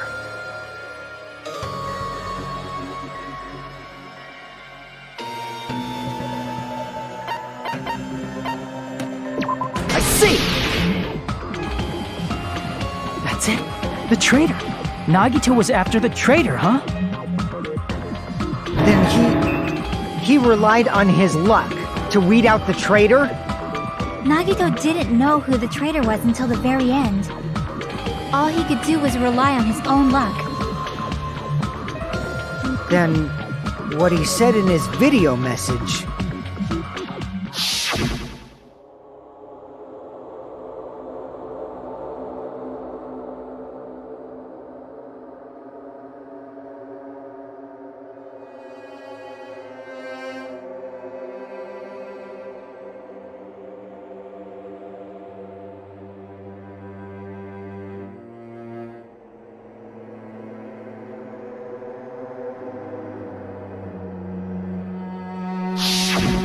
So he was just bluffing. That's probably true. By that point, his plan should have already been in motion.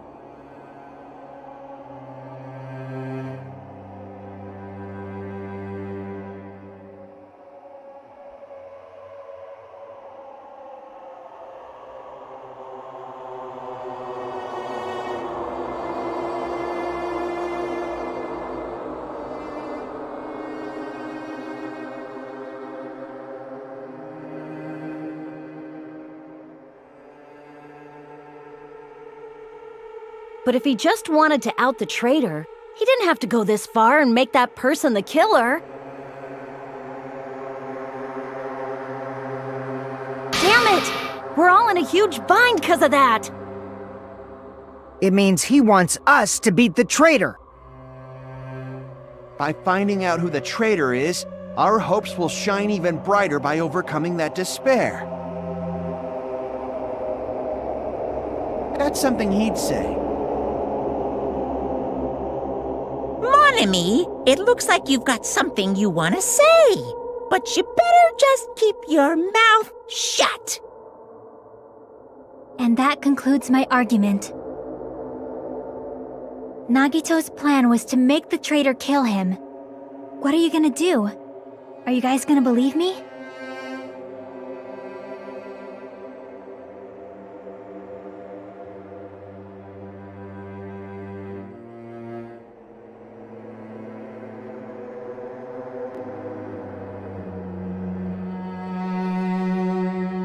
The only thing we can do is believe. If we don't, then we'd just be relying on our luck when we cast our votes. But even if we do believe, what should we do? I mean, if we don't know who the target is, there's no way we can even vote. You are absolutely right. It is hard to think the traitor would reveal themselves now.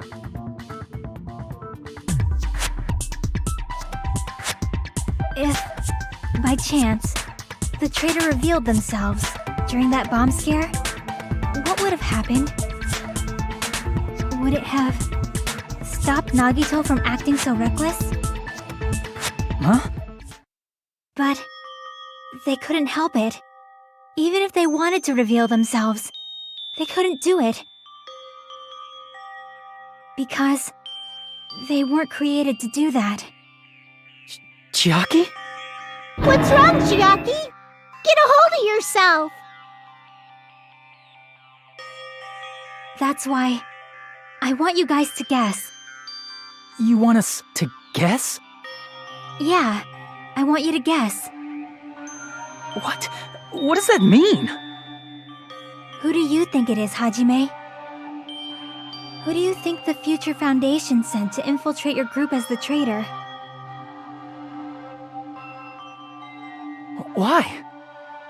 A traitor who's not allowed to think that they're different from everyone else. Why? A traitor who can only interact with everyone as a traitor. Why? Because that's the nature of their existence. They can only exist as a traitor. Seriously, why? Who do you think is the traitor? Hajime, please.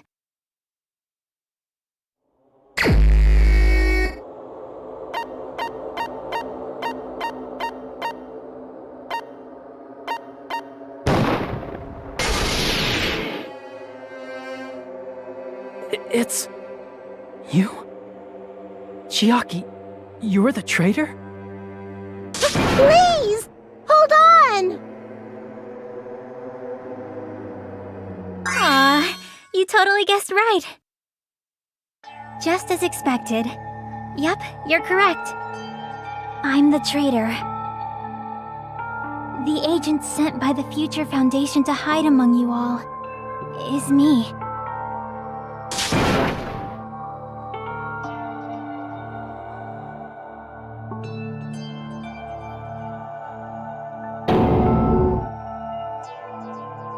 Hey, Chiaki, are you being serious right now? Chiaki is the traitor? That is a lie, right? Surely you must be joking. I'm sorry. It's the truth. Hey, what are you saying sorry for? What does this mean? You... Up till now... You've been tricking us? We were not tricked! After all, we have been working together all this time. We have been helping each other all this time. Chiaki, being a traitor, being a member of that horrifying Future Foundation. That is obviously a lie! Please, wait! The Future Foundation isn't what you think it is! Shut the fuck up! We're talking to Chiaki! No, I have nothing more to say. Why? Because we already know the killer's true identity. So the only thing left to do is vote. Hold on! We're not satisfied yet! If you say you are the traitor, please provide an explanation that will help us understand. We cannot vote until we are satisfied. That is what you said earlier, Chiaki. Hey, if you're really the traitor, why'd you wait till now to reveal yourself? It's weird, isn't it? Waiting until right now to out yourself. It's definitely strange, right? Or rather, why was I able to do that? Maybe... I wanted to protect everyone, no matter the cost.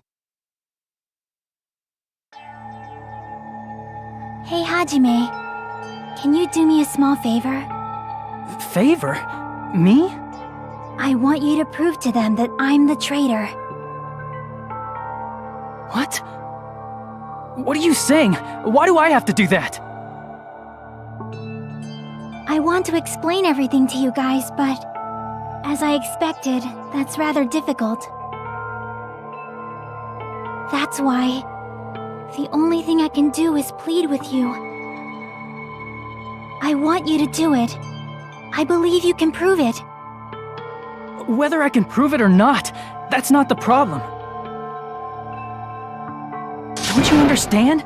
You may as well be asking me to kill you. There's no way I can do that. I'm very sorry, but this is the only way. So please. Looks like we gotta do what we can. It's not like I believe she's the traitor. There's just no way we can ignore this without confirming it. If she was just disguised or something, this would have been a heck of a lot easier for us to understand, but... She's not disguised at all! 'Cause Chiaki isn't the traitor. Monami? Too bad. I'm not part of the same group as that girl. I don't know anything about that girl at all. Hey, are you trying to cover for her like that? You suck! I've always been alone.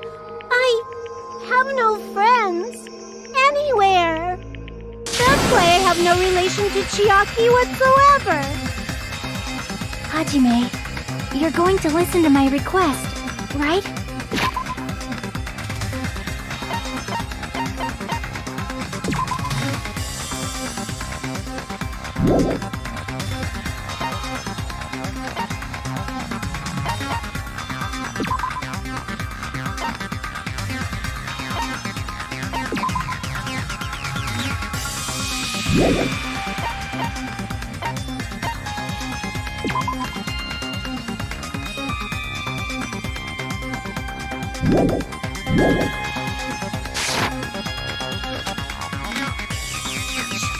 Chiaki isn't my friend.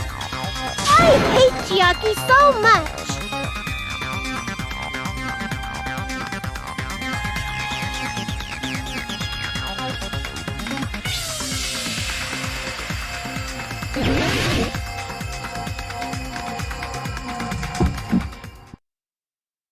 Hajime, you stupid face! Let's all get along. I won't let you.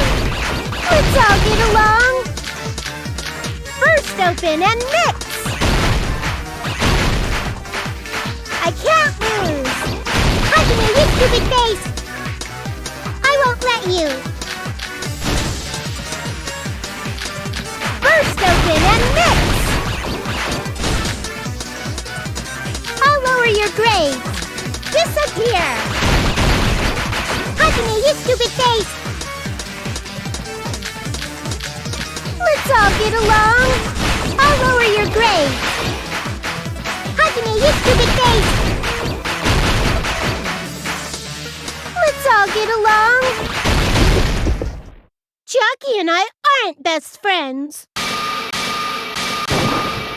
This is the end!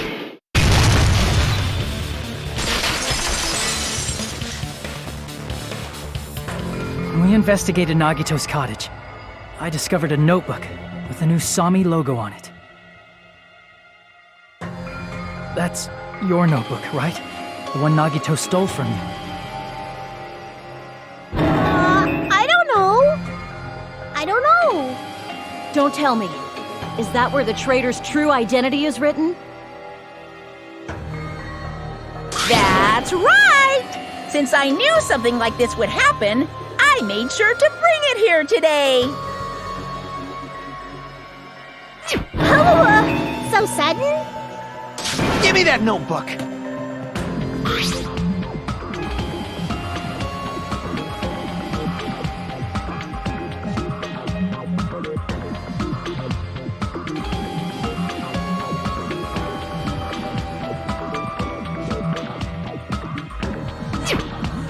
What is this? Is this Monome's diary? Is the traitor's identity written in here? Nagito was probably looking for that too, so that might be why he stole the notebook. But you wouldn't know who the traitor is just by reading this notebook. Of course, Nagito wouldn't know either. However, it's different for me. You know? It took me this long. I finally understand.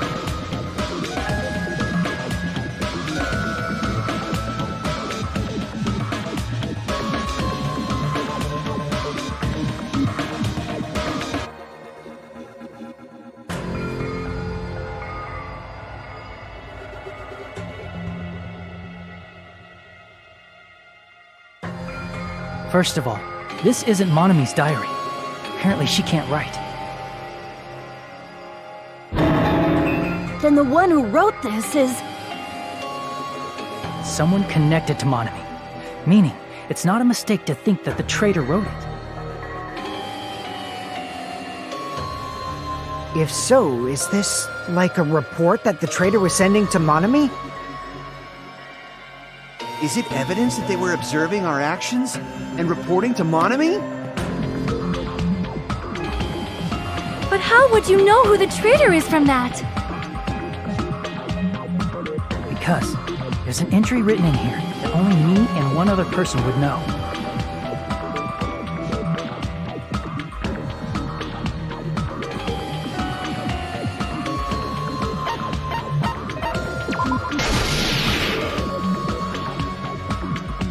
In the notebook, there was a specific entry.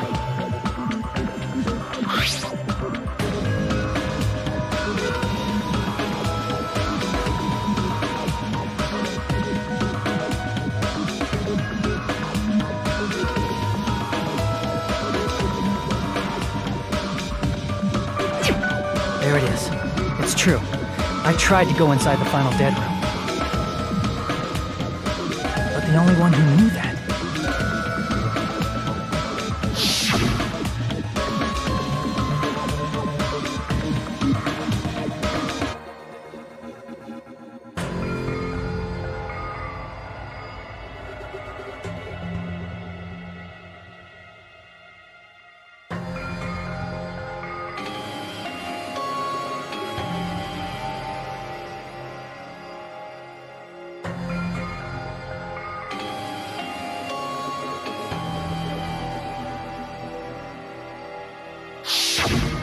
That's right. The only person who knew that is Chiaki. That's why Chiaki is the only person who could have possibly written about this. There must be some mistake! I mean, if Chiaki is the traitor, what was all that time we spent with her? Was that all a lie too? Miss Sonia... Chiaki is... She is being controlled by Monokuma. That is why we should help her. I'm not satisfied either. I mean, if you were the traitor, there's no way you'd do something so stupid when we found the bomb.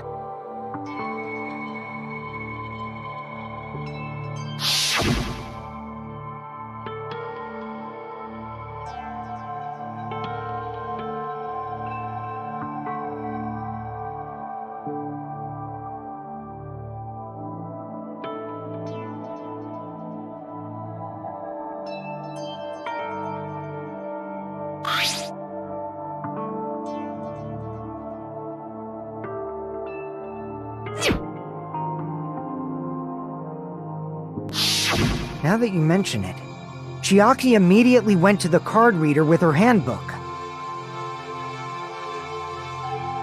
She tested it out right away after being told it would only react to the traitor's handbook.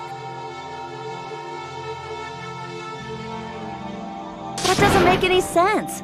A traitor would be more cautious than that. Chiaki probably knew the bomb was a fake. That's why she also knew Nagito's trap was a bluff.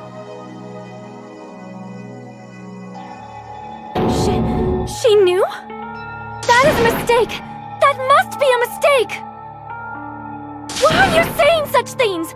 Do you really want Chiaki to be the traitor? Of course not. I will not believe it! I refuse to believe Chiaki is a traitor! There is just no way!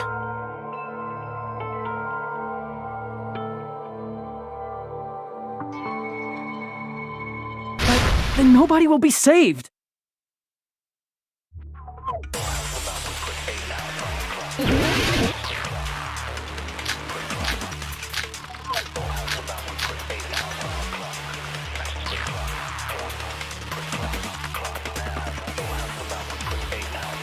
Chiaki is not the traitor!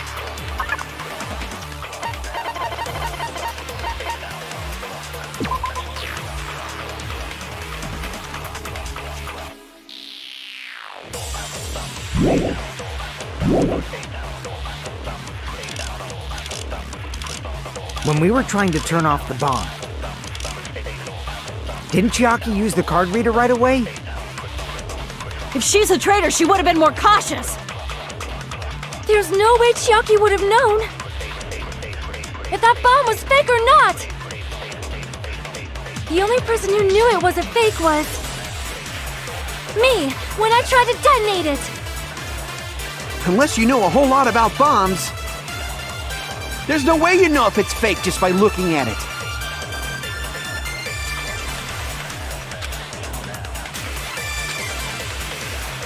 Chiaki is not the traitor! When we were trying to turn, didn't Chiaki use the? If she's a traitor, there's no way Chiaki. If that bomb was fake, the only person who knew it. That's not it.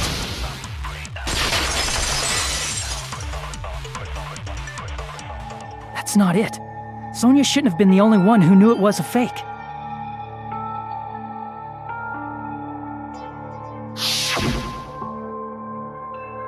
Monami was also there when you found out the bomb at the military base wasn't real.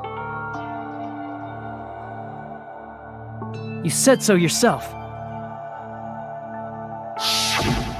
Is that true, Miss Sonia? Chiaki heard about it from Monami. That's why she knew the bomb was a fake. Since I've been found out, I'll just confess. The reason I couldn't tell anyone I knew the bomb was a fake was because if I had said that, I would have had to explain how I heard about it from Monami. I do not want to hear that! Enough already.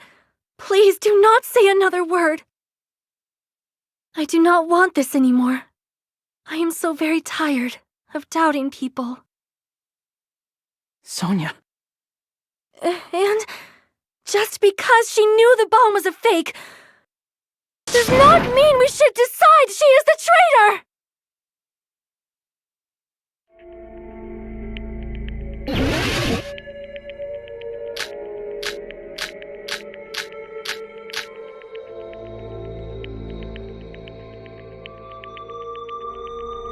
Even if she knew the bomb was fake.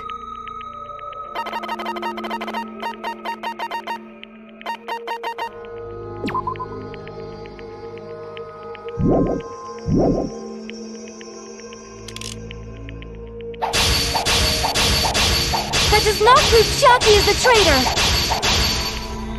If that counts as evidence, I should be doubted too! After all, I also knew the bomb was fake.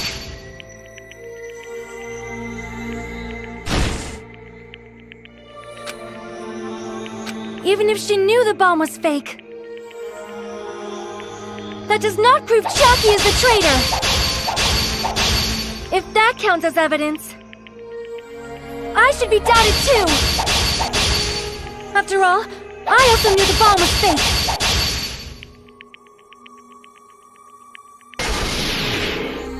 Knowing it was a fake isn't the problem. What matters is who told her.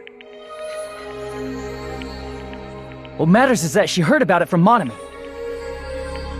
There was someone other than me and Monami who knew that bomb was fake.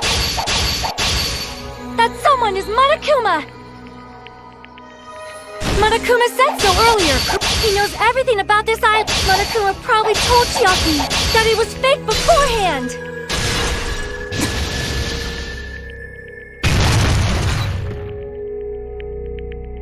You're right. Monokuma probably knew the bomb was a fake.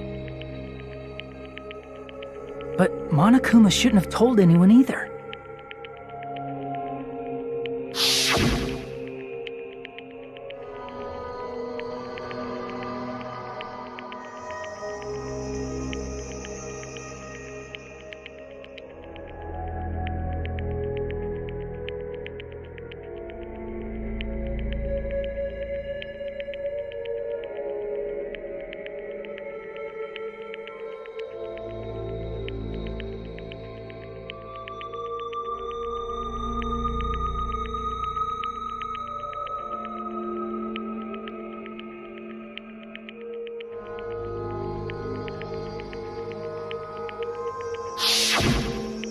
That...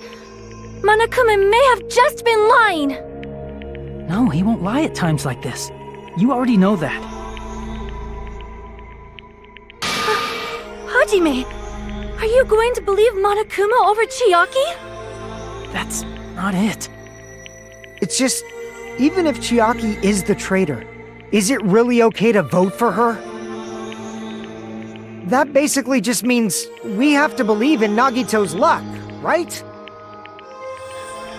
That's not it. Telling us to trust his luck? Are you telling us to entrust our lives to that bastard? There's no way I can believe in Nagito. I'm telling you that's not it! We shouldn't believe in Monokuma or Nagito. You have to believe in Chiaki. Huh? It doesn't matter who the traitor is. Even if Chiaki is the traitor, that's not the Chiaki I know. I believe in the Chiaki who's been with us this whole time. That Chiaki is saying she wants to protect us with her life. So the only thing we can do is believe her. If we don't, nobody's going to be saved. Damn it. Hey, can you listen to me a little? There's nothing to be sad about, you know? 'Cause this is different from what happened before. Unlike before, you guys don't have to stay alive by doubting someone. You guys can stay alive by believing in me. Are you telling us to believe in you and sacrifice you? That is just too cruel! I'm sorry. Chiaki! Monami, I'm sorry too. You're probably gonna get scolded by a lot of different people for this. But still, I want to protect everyone by any means. And I'm happy that I'm able to do that. It's not up to me to decide whether that's right or wrong. However, I believe it's truly amazing that you were able to think like that. We could even call this a miracle. Hey, what have you two been talking about? Everyone's jaws are dropping, you know? I know. It's voting time, right? Hey, Chiaki. You don't have to worry. Believe in me, and cast your vote. God damn it! Why did it end up like this?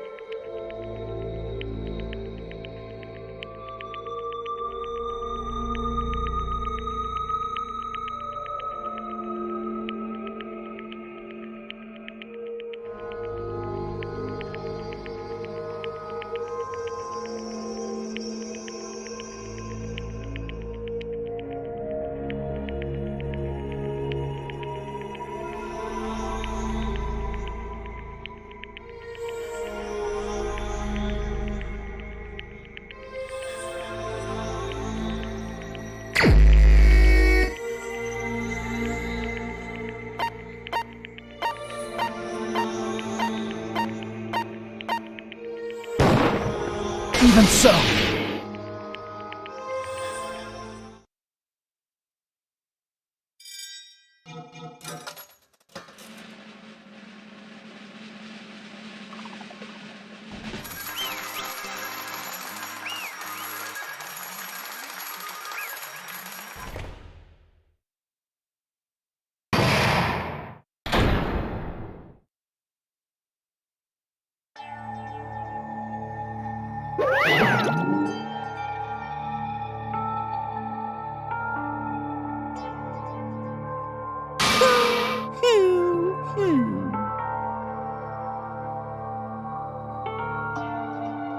Yahoo! Damn it! Yeah.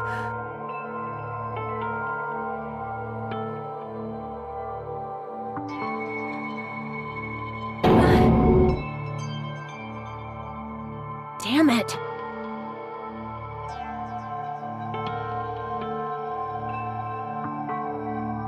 Congratulations, everyone. Damn it. Damn it!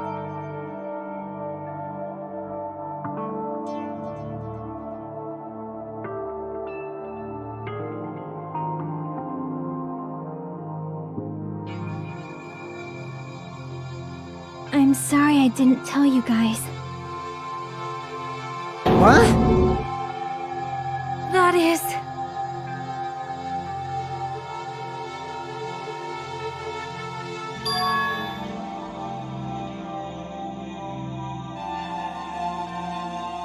I'm sorry.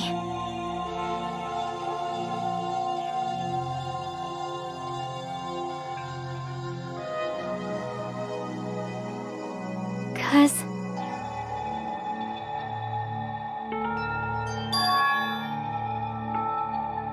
Well...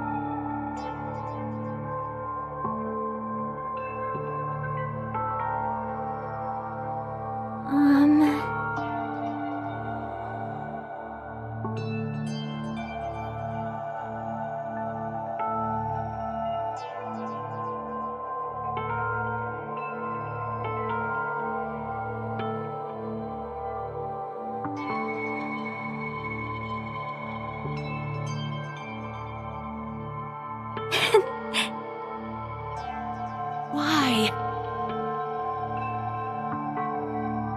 Well...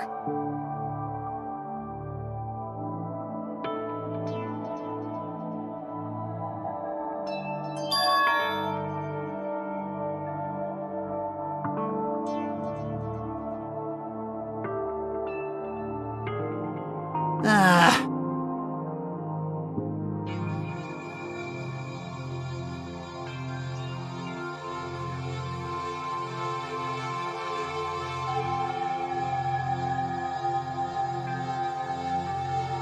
I'm sorry. That is...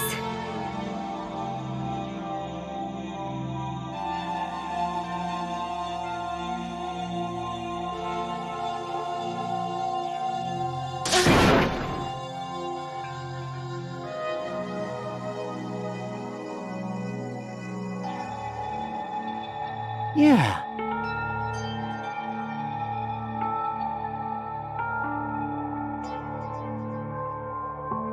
Like...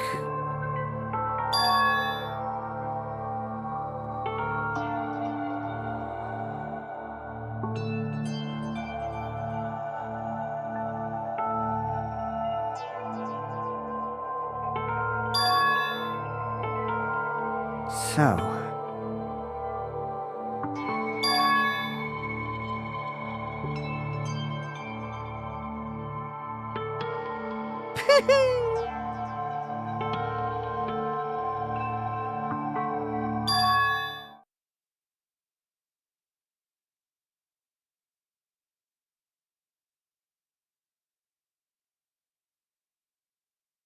Yes, indeed.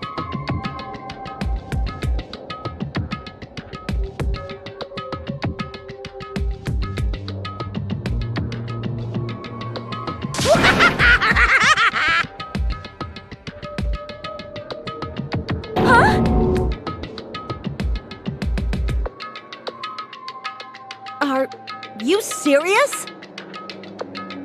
Huh?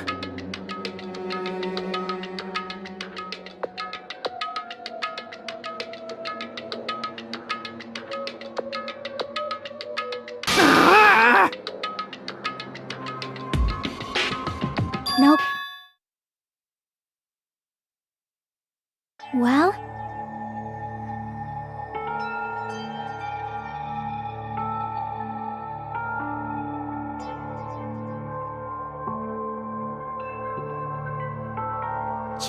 Chucky!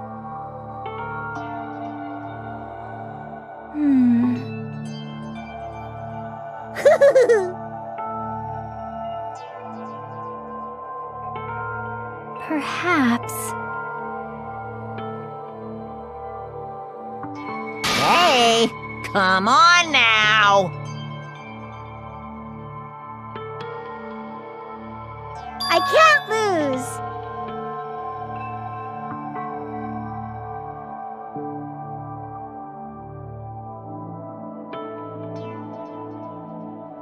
Hiya! Huh? I will no longer let you do as you please. Stupid! Stop! What are you doing? As they say, we shall die together.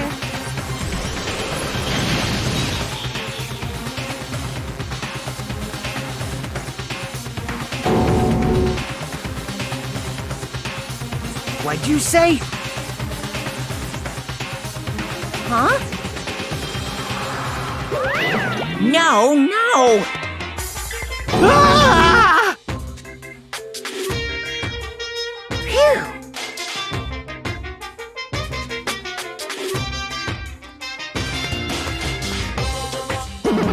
I can't lose. That's... If I don't beat you, nobody can live in peace. Stop it, I say! I'm sorry, I lose! Forgive me!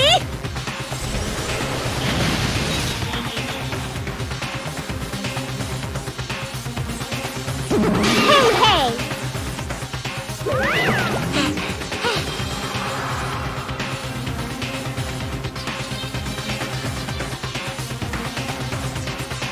I won't forgive you.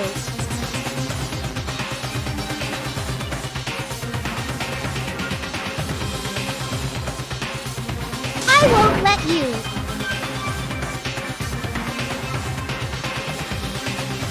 Hey, hey!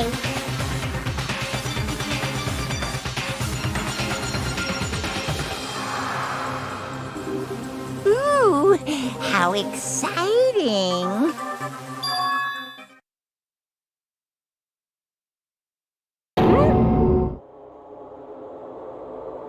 What?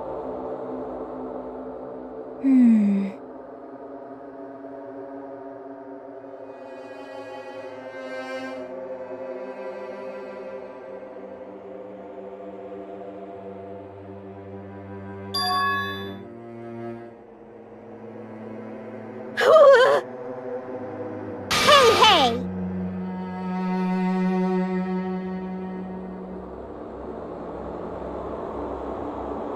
Too bad!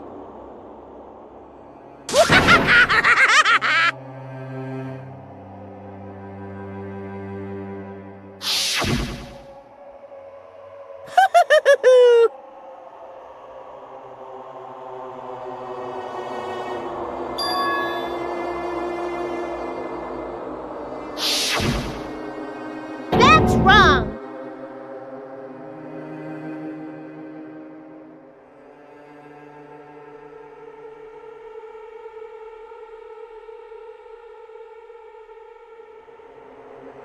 Damn it!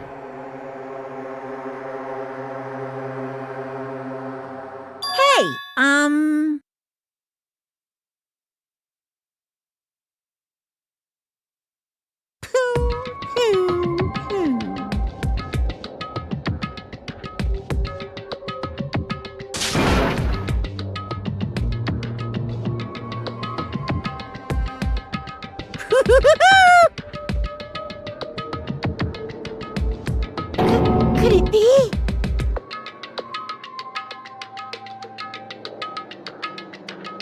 Hey, hey, hey!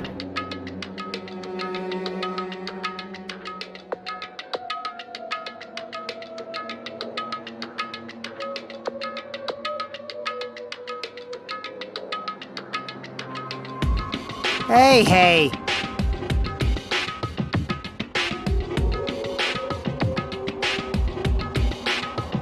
Hmm.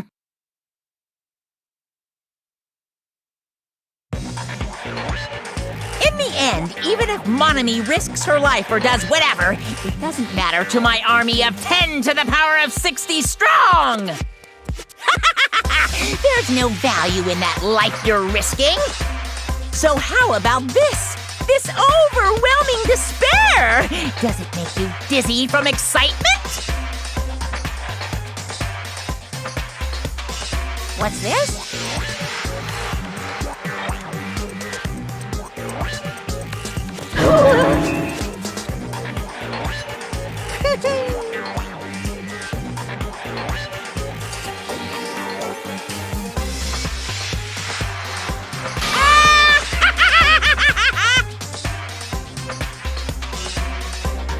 I can't lose.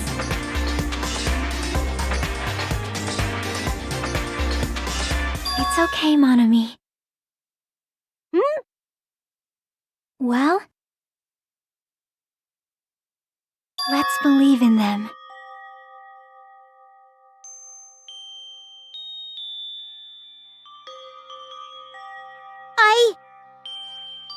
Right?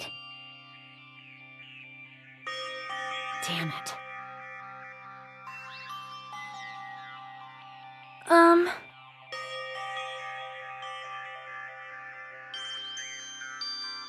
Please listen! Like...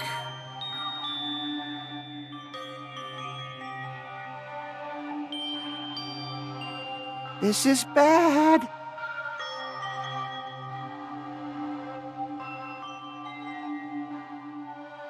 Damn it!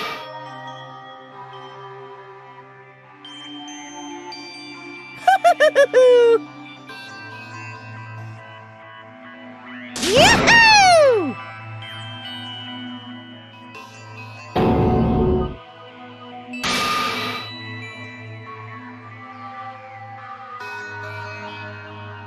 Shing!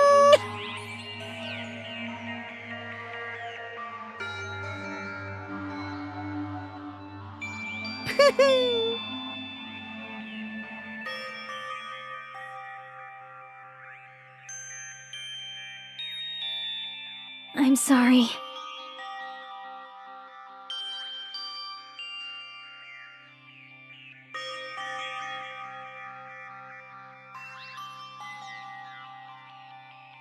Now then, I've prepared a very special punishment! Special bleeding service! Huh?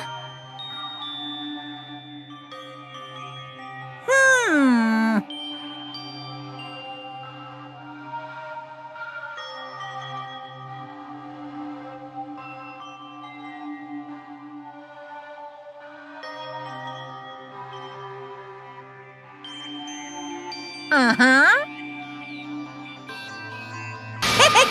Sorry. That is...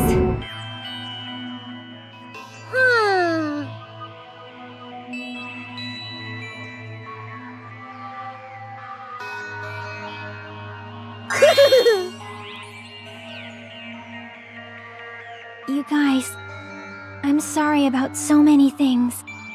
I'm sorry for lying to you. I'm sorry I couldn't protect you to the very end.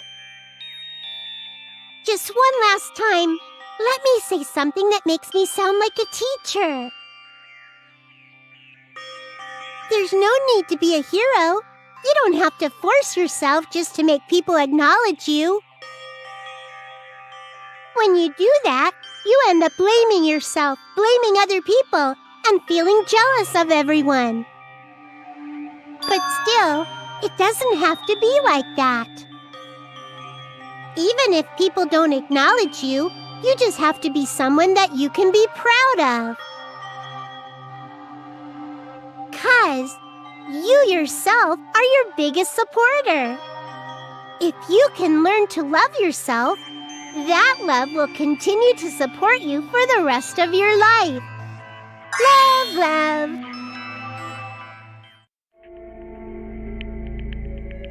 Bye, everyone. It's okay. A shining future will always be waiting for you. It's true. It's absolutely true. 'Cause I know. Bye-bye. Please don't forget about your teacher. Let's give it everything we've got! It's punishment time!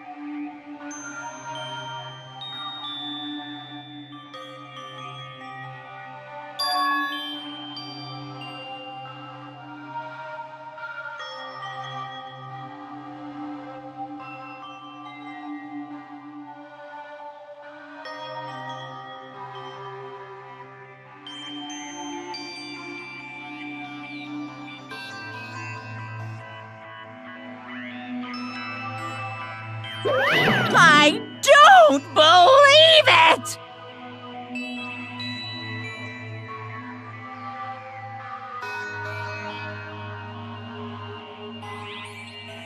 What?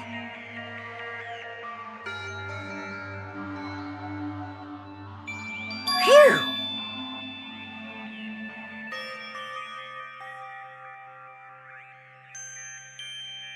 Huh?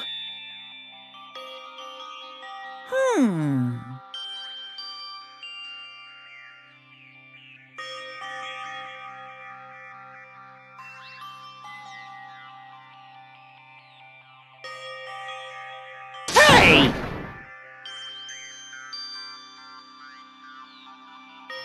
I shall now present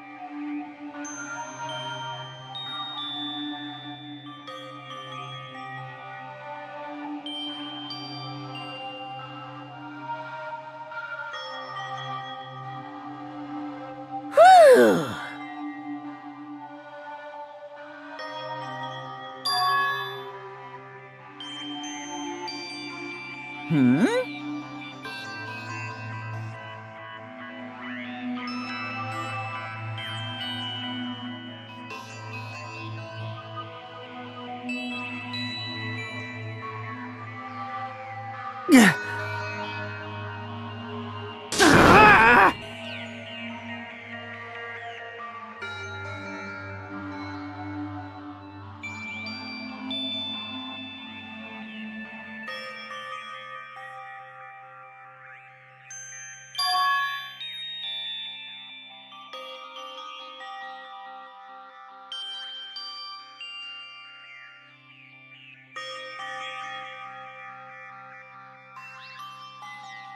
Huh?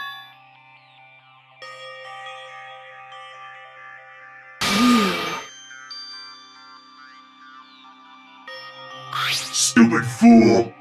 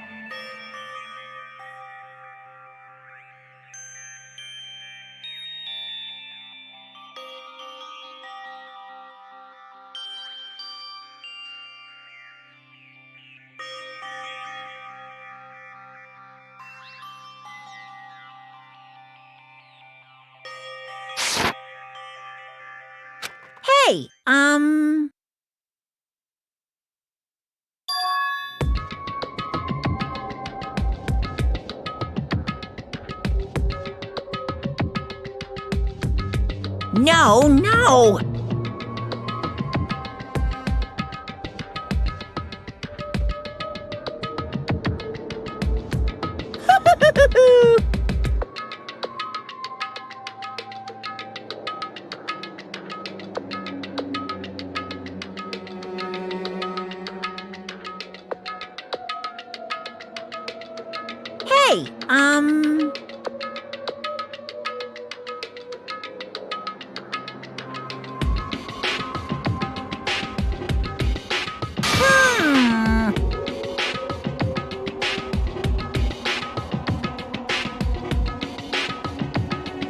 Hey, Hey.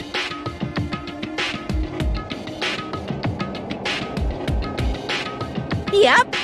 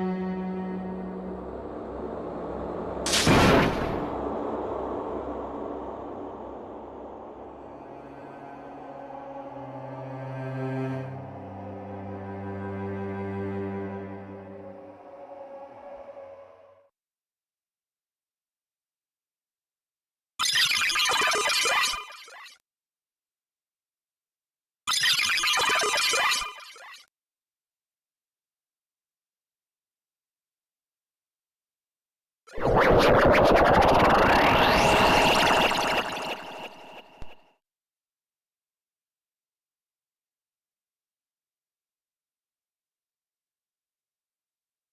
there.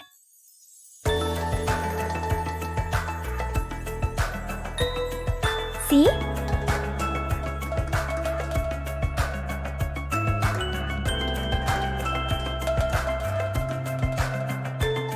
Well,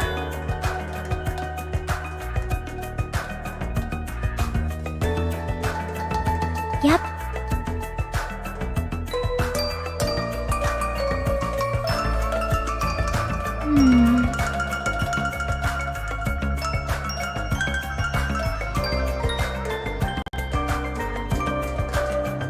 Perhaps.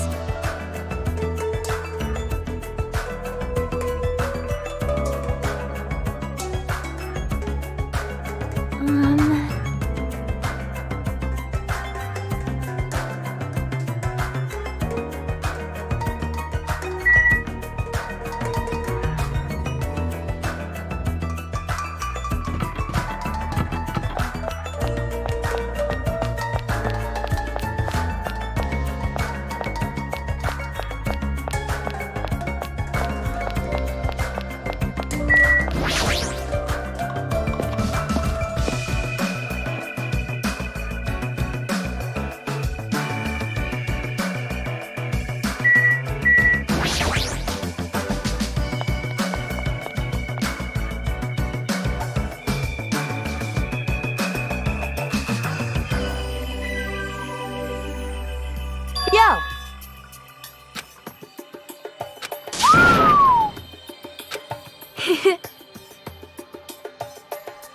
Listen well. Damn right.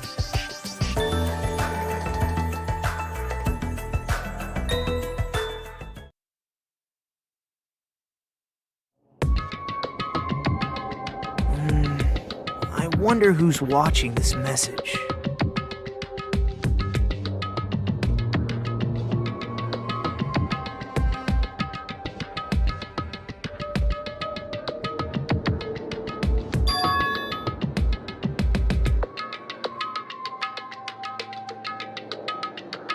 Damn it.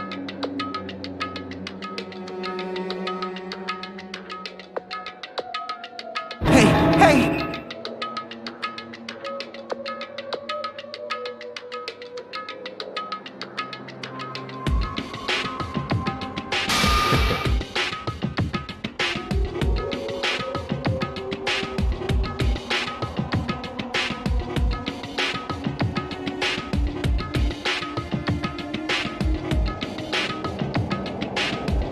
How unfortunate.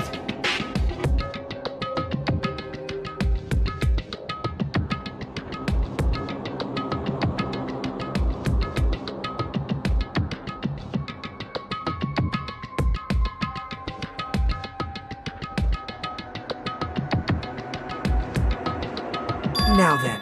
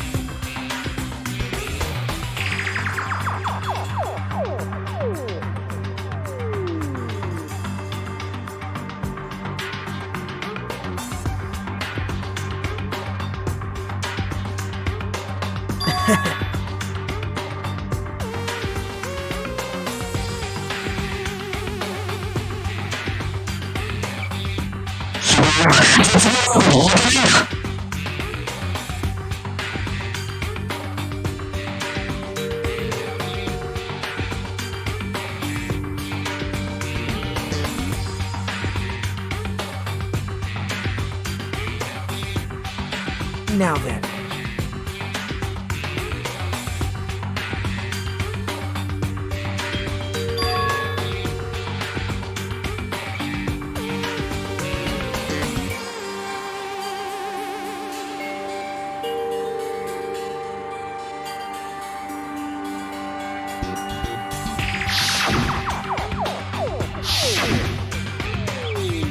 Well...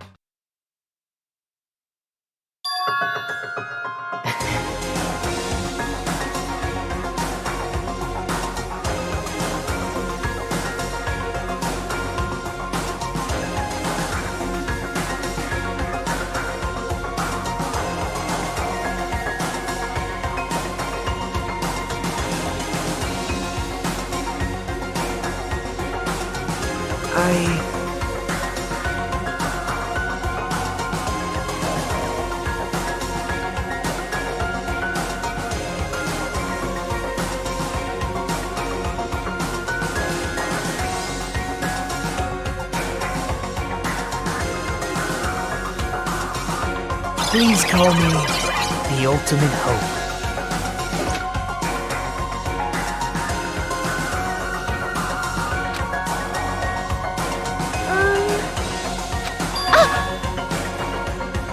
Hey.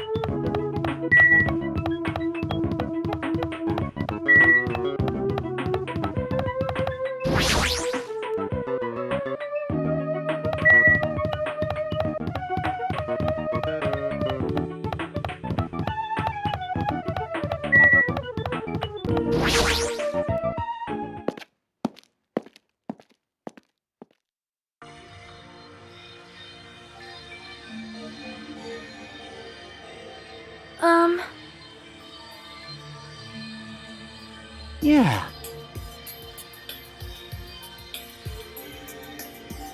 You are a boy, right?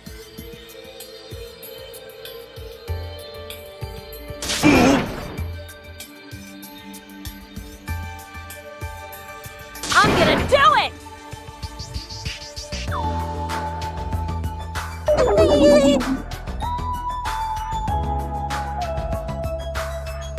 Thanks for the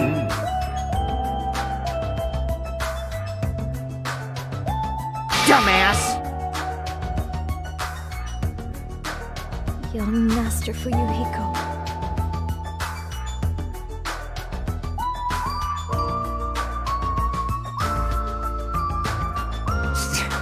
Shut up. This is your leader's order.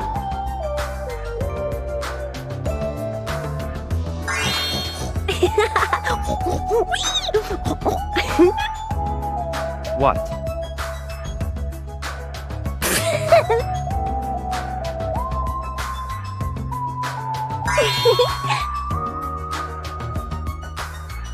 In the name of my family. Hajime.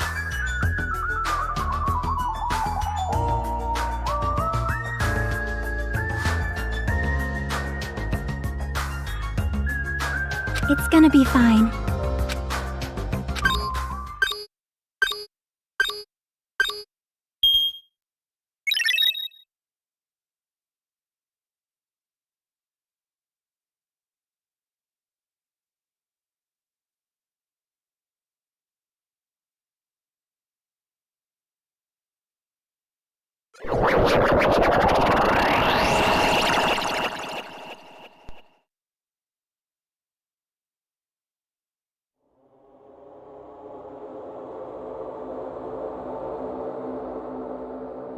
Is this a trial ground? But why am I at a trial ground? It sure looks like a trial ground, but the vibe is way different than the one from before.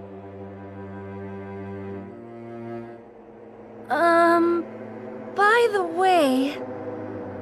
Huh? Where did everyone go? Everyone?